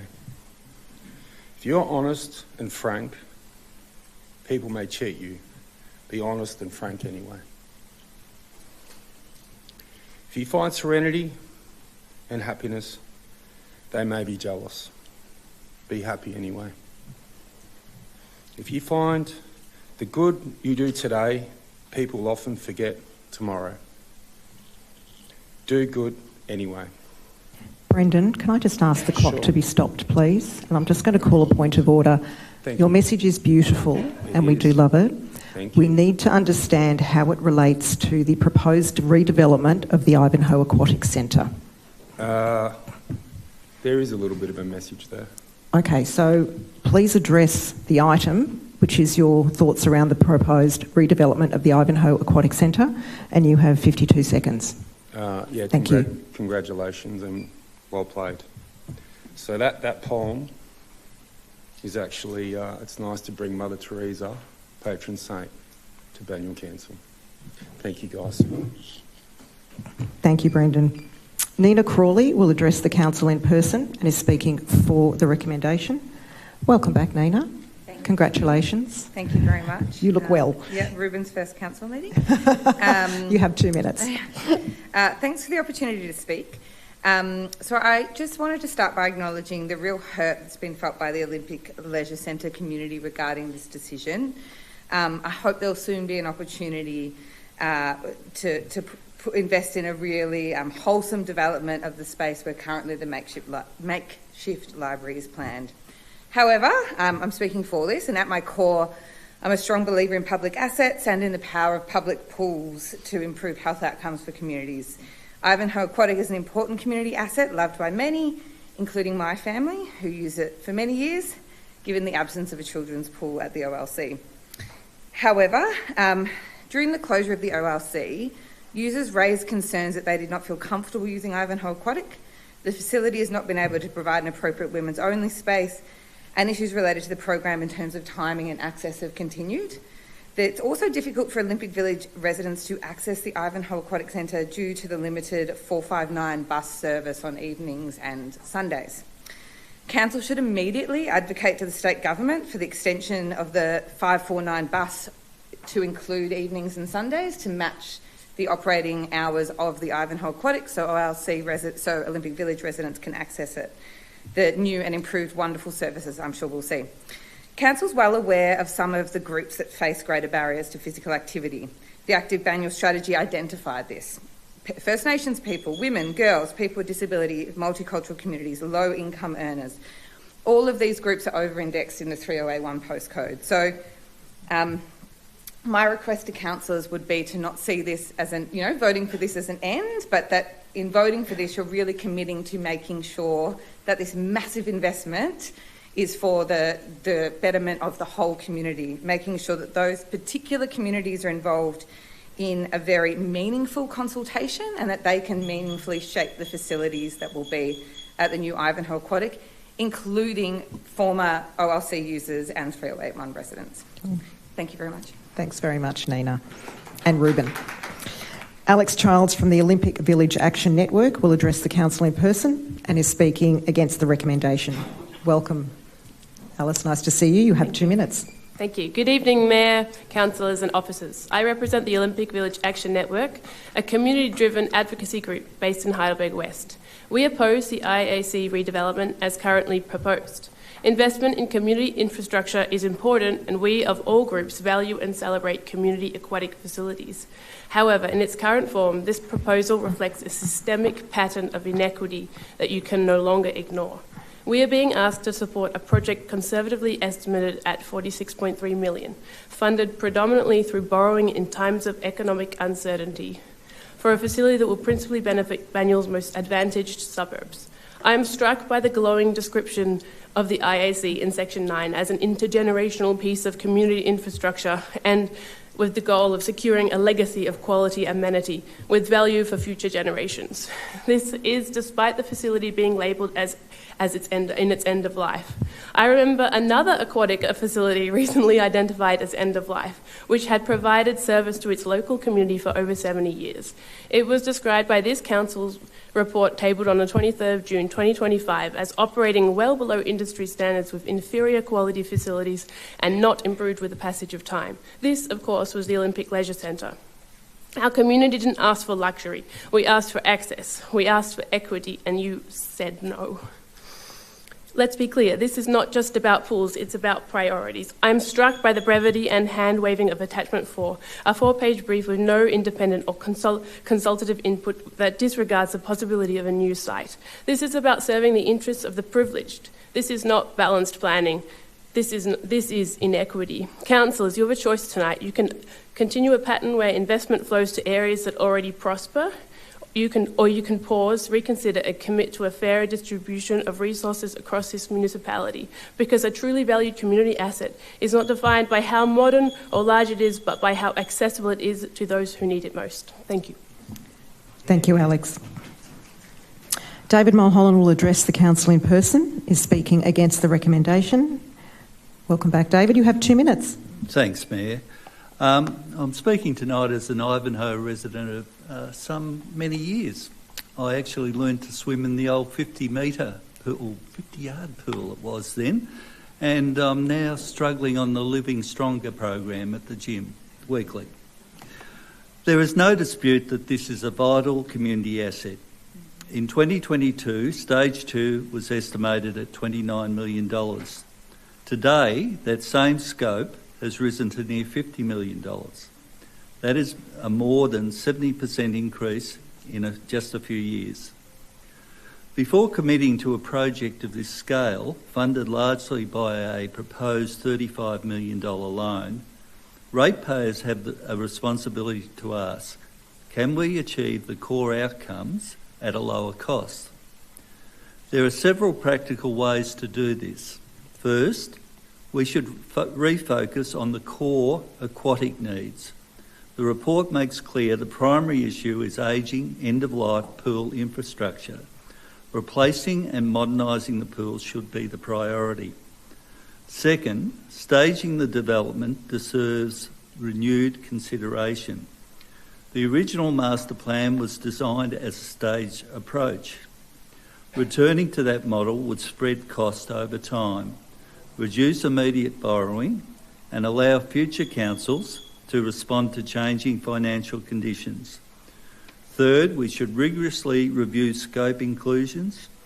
Fourth, external funding opportunities must continue to be pursued aggressively. And finally, we must consider financial risk.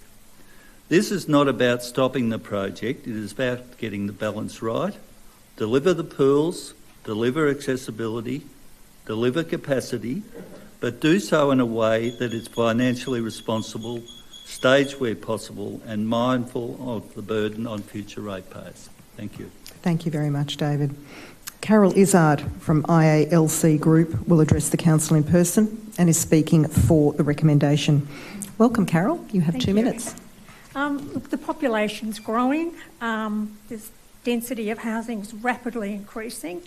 And with the closure of Olympic Pool, it has had an increase in participation at Ivanhoe, including, and I welcome, the women's only group that participate on a Sunday evening. I congratulate Banyule Council for maintaining that participation for those women. Social and affordable housing initiative by the state government is primarily anchored in the southern and central part of Banyule, and it'll increase the need for pool for immigrant communities and diverse people who are not swim skilled and have great fear and their highest level of drowning in the state. What we do need, the pools haven't changed since the day it opened by Heidelberg Council in the mid-80s. We're bursting at the seams. Literally the water's leaking, literally the classes are heavily oversubscribed. The aquarobic classes are run 19 times a week and we have 30 people plus in every single class.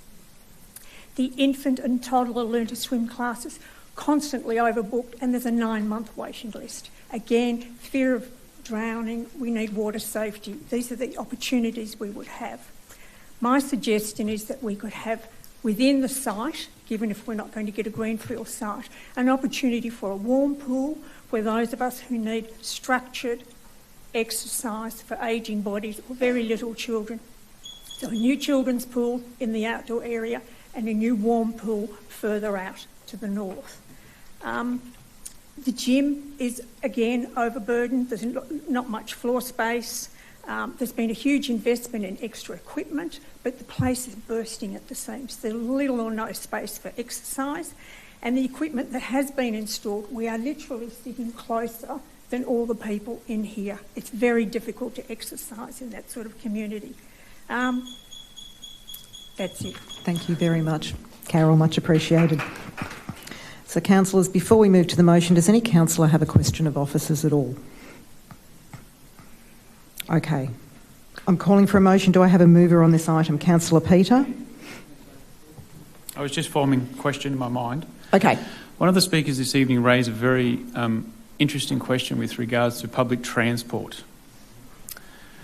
It's very good when we listen to speakers and they do educate us on things that maybe, like I think that's a little bit of a missing. Can I please have some information from the relevant officer with regards to what work has been done to try and get better public transport to not only this facility but other facilities as well? Sure. Thank you, and through you, Mayor. So Council hopefully recalls that as part of your advocacy, the improvements in active transport is a key advocacy item. They recently undertook a bus review that's looking at improvements in services across the board, but a key for us is advocating for increased bus connections, particularly in the 3081 corridor and in other areas where the rail corridor doesn't really support frequent movements. So connection for us from north to south through that whole corridor is a real priority and definitely forms part of our current advocacy to state government. And may I ask, are we successful in our advocacy or are we not? Director? Through you, Mayor, I'd suggest at this point probably too soon to say. So the bus reviews were only done quite recently, and the main advocacy campaign is sort of ramping up, if you like, in the lead up to the state government election, which is forthcoming this year.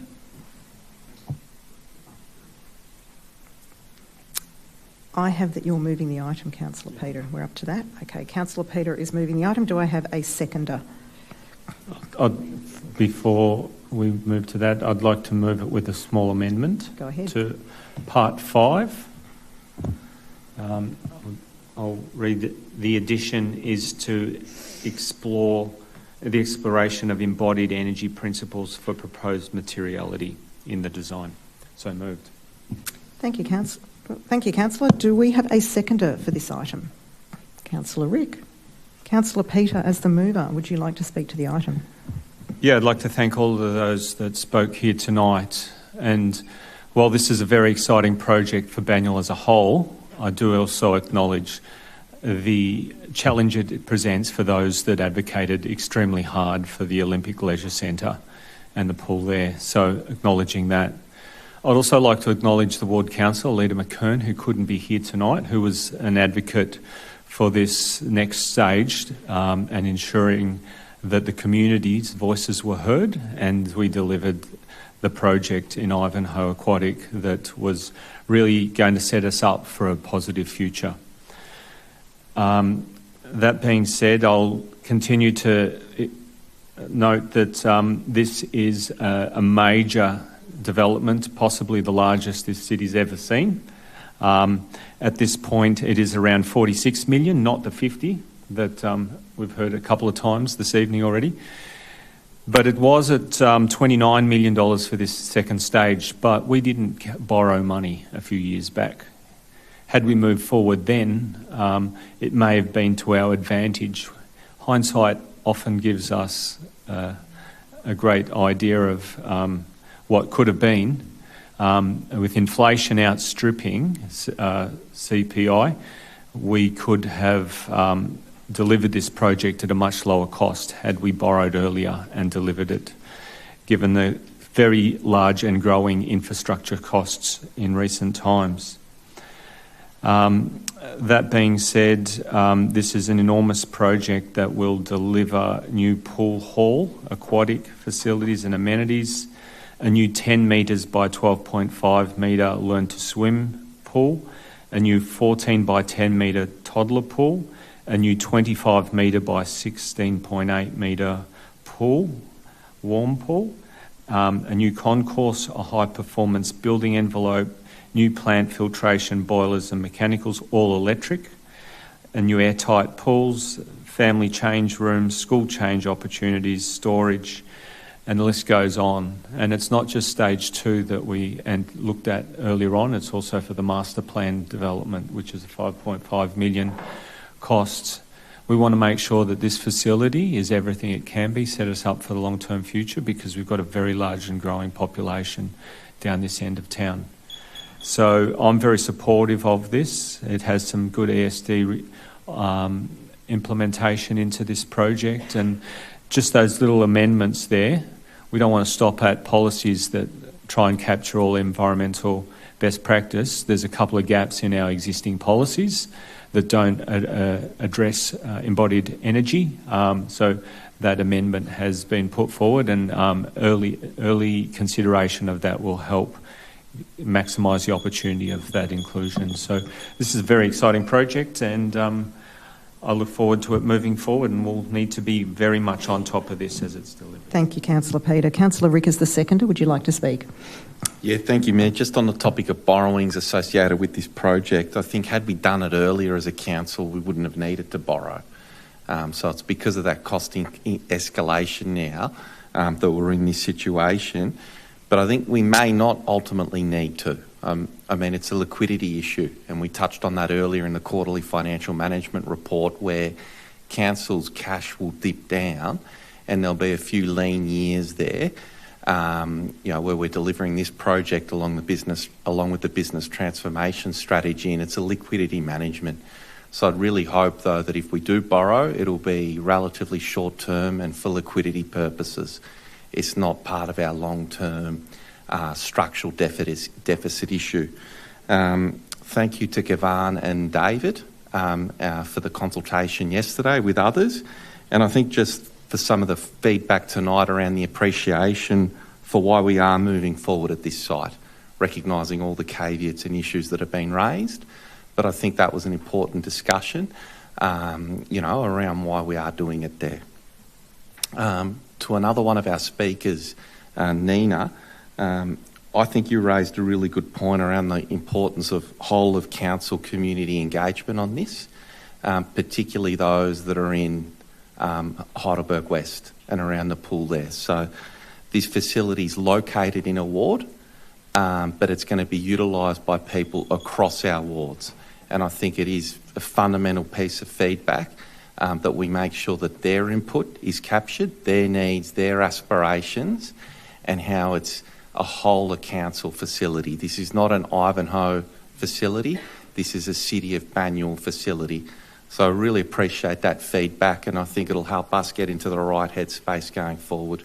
Thank you, Mayor. Thank you, Councillor. Would any other councillor like to speak to the item? Councillor Mary? Sorry, Councillor Mark, you're speaking first. Yes, thank you, Mayor. I do. I will support this evening, though it's such a major number once again, and I think councillors have spoken about the reason for it. I would like to just on the comments with regards to the Olympic pool. I still do stand behind the decision with regards to the functionality of that pool, because it was too short and too narrow to be functional. Now, this council does have a precedent of saving pools when they can work correctly for the community. The Watsonia pool is a perfect example. When Watermark opened, there was a bit of an opinion that the Watsonia pool was not needed anymore, because we have a great 50-metre pool, a flagship water facility, and the officers were going to or wanting to or they were recommending to close that pool. But there was use for it in the community. So now we have, and we've continued to have for many years, the Yarra Swim School leased that facility. The Yarra Plenty Waves Swim Club have squad there. Through this Olympic pool process, even the Banyule water polo club members came to speak to me, and I said, go down there and have a look at that pool, whether it would suit you. It's too small, they can't compete there. So unless we have a pool that can have squad swimming, that it can actually create revenue, it's not a facility that would be viable for the community. So we need to invest in facilities like the Ivanhoe area, which will have the right size, right dynamic, where there can be competitions, etc. So it actually is not a burden and a use of rates, just throwing money at, into pool facilities, because they don't make money if they're not designed correctly. So I just wanted to just make a couple of comments with regards to that. Thanks, Councillor Mark. You've had 2 minutes. Councillor Mary. Okay. Thank you, Mayor. As councillor for Olympia Ward, where the OLC Aquatics was closed 6 months ago, I want to speak to item 12.1 with clarity, because many, understandably, see the two decisions as connected. I'll begin with Ivanhoe Aquatics. We know that neither the state nor federal governments are funding large-scale aquatic developments. At the same time, construction costs have risen sharply and remain vulnerable to further escalation. As this development is necessary, delaying it will only increase the long-term costs and risks to community. Acting on it now is the responsible decision. The benefits to Banyule are significant. The new aquatics will serve a large catchment and respond to long-standing capacity constraints. Importantly, the new facility will better meet the needs of former OLC aquatics users, in particular women's-only programs, water aerobics, water-based physiotherapy and learn to swim classes. This should become a place of genuine civic pride for all, but only if barriers such as access, affordability, transport, cultural safety and welcome are further worked on to be reduced. Council cannot sustainably fund and maintain two aquatic facilities so close to each other. But this reality does not lessen Council's responsibility to West Heidelberg. West Heidelberg requires serious transformational investment. And by that, I do not mean social infrastructure that just supports the services of our most vulnerable. I mean high quality, creative, place-shaping investment that fosters dignity and pride of place. So I support this motion for the very real benefits it will bring to Banyule. And I will continue to advocate unequivocally and unrelentingly for equitable investment in the parts of Banyule that have waited too long. Thank you. Thanks, Councillor. Would any other councillor like to speak to the item? Okay. Councillor Liz. Thank you, Mayor. I think that my fellow councillors have summed it up well. I just wanted to highlight a few different things. That this facility attracts hundreds of thousands of visits each year. I do agree with the Speaker to step up our advocacy on bus services. I think bus services are the most important thing, and to have more bus services coming from the Heidelberg West Heights area is beneficial to all.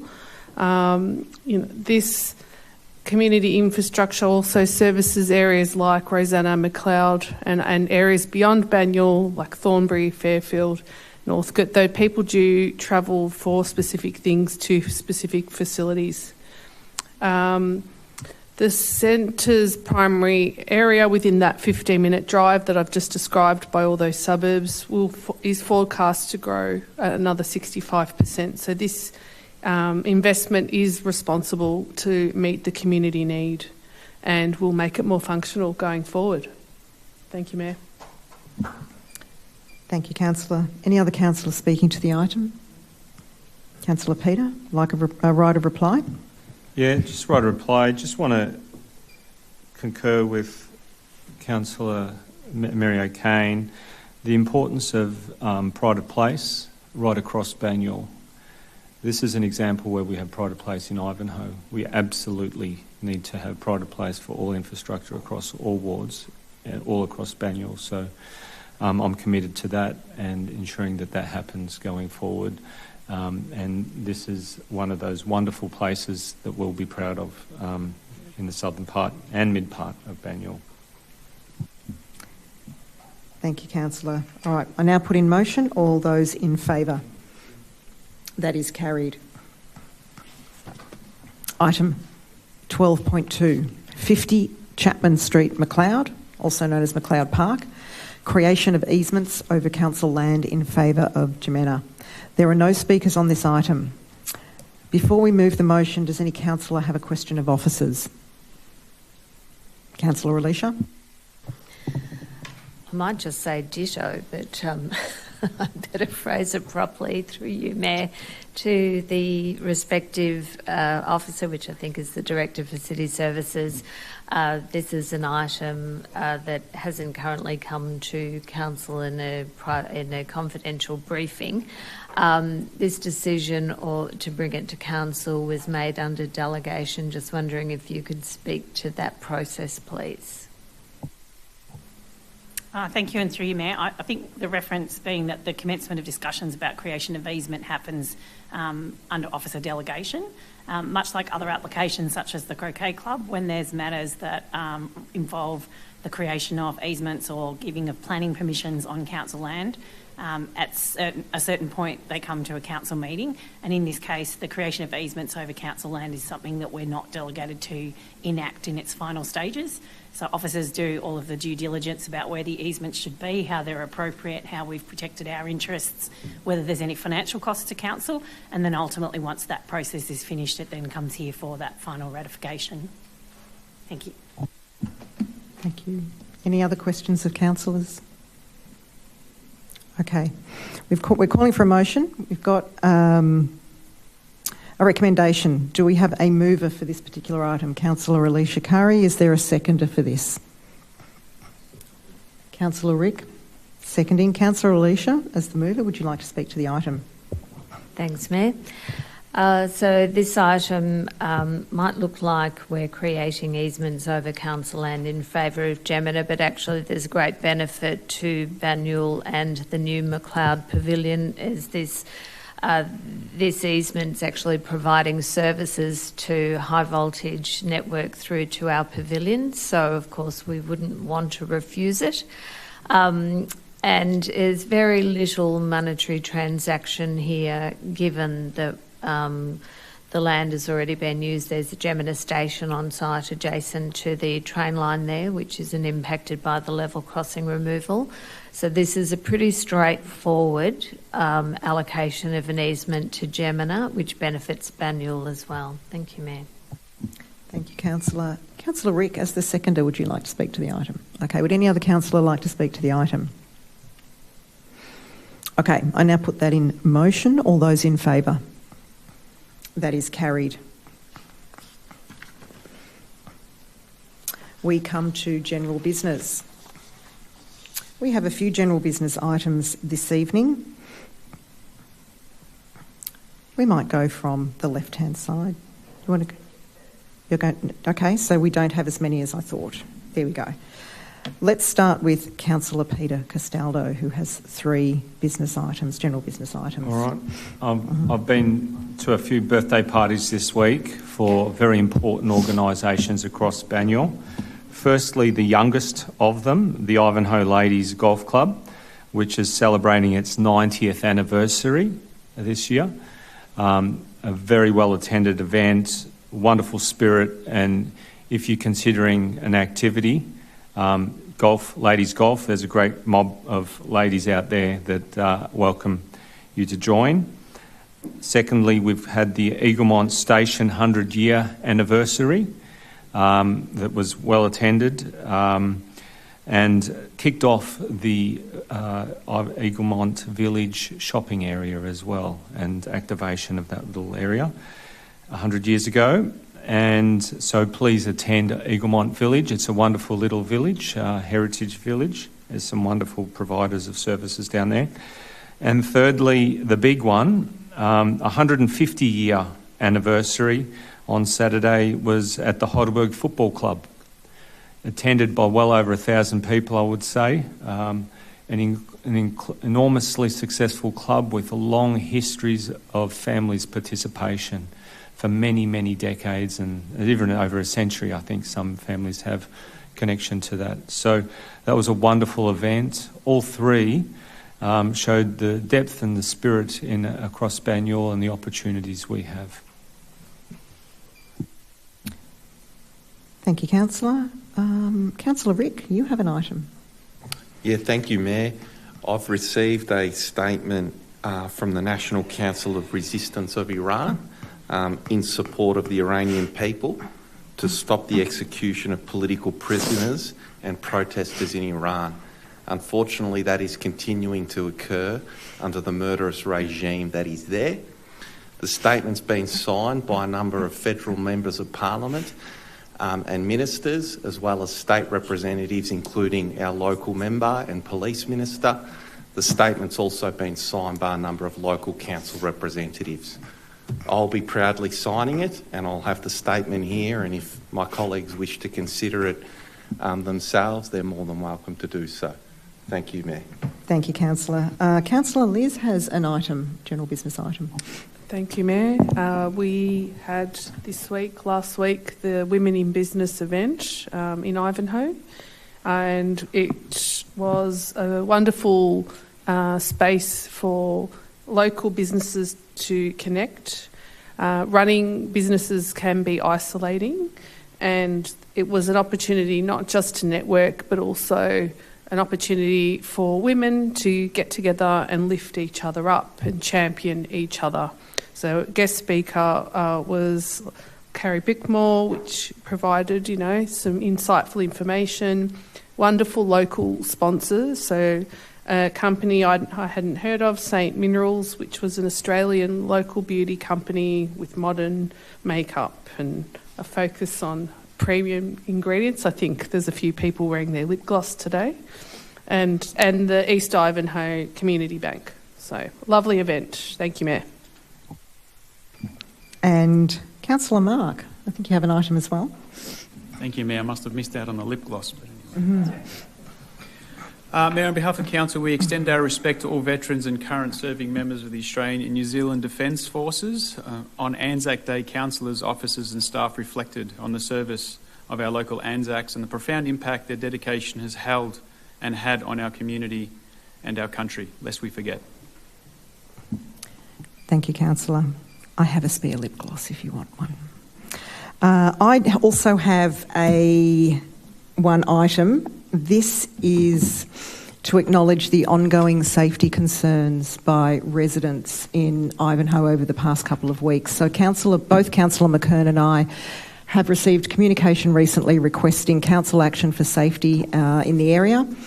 There have been some home invasions recently that have occurred that have prompted the local community to act and advocate to council.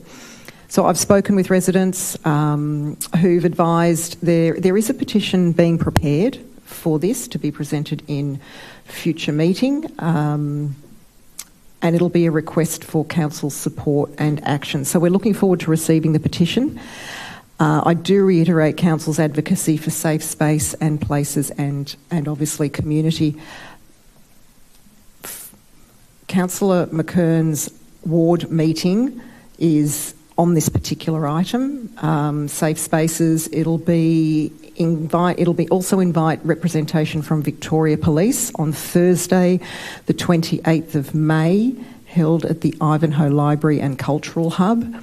So it'll start at 6:15. So if you would like to advise Councillor Alida by Monday the 23rd of May that you would like to attend, so she has an idea of numbers, community safety, neighbourhood amenity will be a topic of discussion.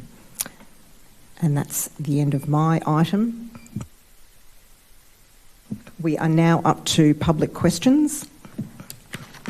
We have 3 public questions. If any members of the public are in the gallery who have a public question, they're welcome to approach the lectern and ask their public question when their name is read out. If not present, the question will not be read out, however will be included in the minutes of the meeting. And the minutes will be available on our website later this week. Councillors already have the background. We understand the background. When you ask your question, in the interest of time, we do ask you to simply ask the question. So our first question is from David Mulholland of Ivanhoe. If you could come to the lectern. Thank you very much, David. Thank you, Mayor. How much did the special council meeting held on the 20th of April cost ratepayers, and why was it necessary? Thank you. That's to be answered by Kristen Ford, who is our Manager of Governance and Integrity. Thank you. Aside from staff resources and time and councillor time, there are no direct financial implications to council's budget due to the planning and the holding of the special council meeting that was held on the 20th of April in 2026.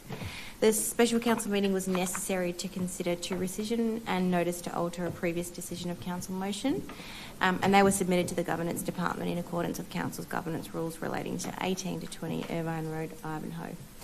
Chapter 2, Part C, Division 1, Rule 13, Sub-Rule 3 and 14, Sub-Rule 2 of Council's Governance Rules enables Council to hold special council meetings when required and list them accordingly on Council's website. A full explanation of the rationale for the council meeting and process can be found in the council meeting, special council meeting agenda and minutes located on our website. Lovely, thank you very much. Second question is from Brendan Murphy of Bundoora. Welcome back, Brendan. Could we have your question, please? Oh, yeah, beautiful. Yeah, hi everyone. President of Bread Up Vic. Will Banyule City Council commit to exploring and implementing a library-based shower access program at the Olympic Leisure Centre, in line with Council's access and equality principles and a proven model in Hobson's Bay City Council to support rough sleepers and people experiencing homelessness the ability and opportunity to access a simple shower? The mission carries on. Thank you very much, Brendan, and that will be answered by Joseph Tobacco, our Director of Community Wellbeing. Thanks for the question, Brendan. Through you, Mayor. As mentioned during Council's last ordinary meeting, all homelessness and rough sleeping matters are carefully and respectfully managed through Council's program partner, Mary Outreach Support Services. Through MOS and other support agencies, including Bread Hub and partners and staff through Banyule's Service Navigation team, shower access is available to persons experiencing homelessness at Banyule Leisure facilities in Ivanhoe, Heidelberg West at the Olympic Leisure Centre and at Watermark in Greensborough. As such, Council will not be exploring this option because it already provides it. Thank you very much. Thank you for your question, Brendan, too. Our next question is from Roger Fife of Ivanhoe.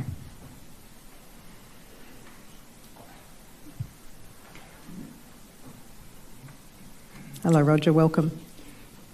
Good evening. Thank you, Mayor. My question is brief, but focused. Precisely what progress has Council made in identifying, then securing, dedicated parking spaces in immediate proximity to transport hubs in Banyule Council's area? Thank you. This will be answered by Natasha Swan, our Director of City Development. Thank you, through you, Mayor. Thanks, Roger. It's understood that this question is relating to car share spaces on council streets. The car share policy and guidelines are available on Council's website, and car share companies can now submit applications for spaces that meet the guidelines, which encourages spaces near activity centres and community hubs. No action. Discuss. Thank you very much for that response, Director. Thank you all very much for joining us this evening. There is no confidential meeting tonight, and I do close the meeting at 9:35 p.m. Our next ordinary council meeting will be held on Monday, the 25th of May, 2026. Please get home safely, and may the 4th be with you.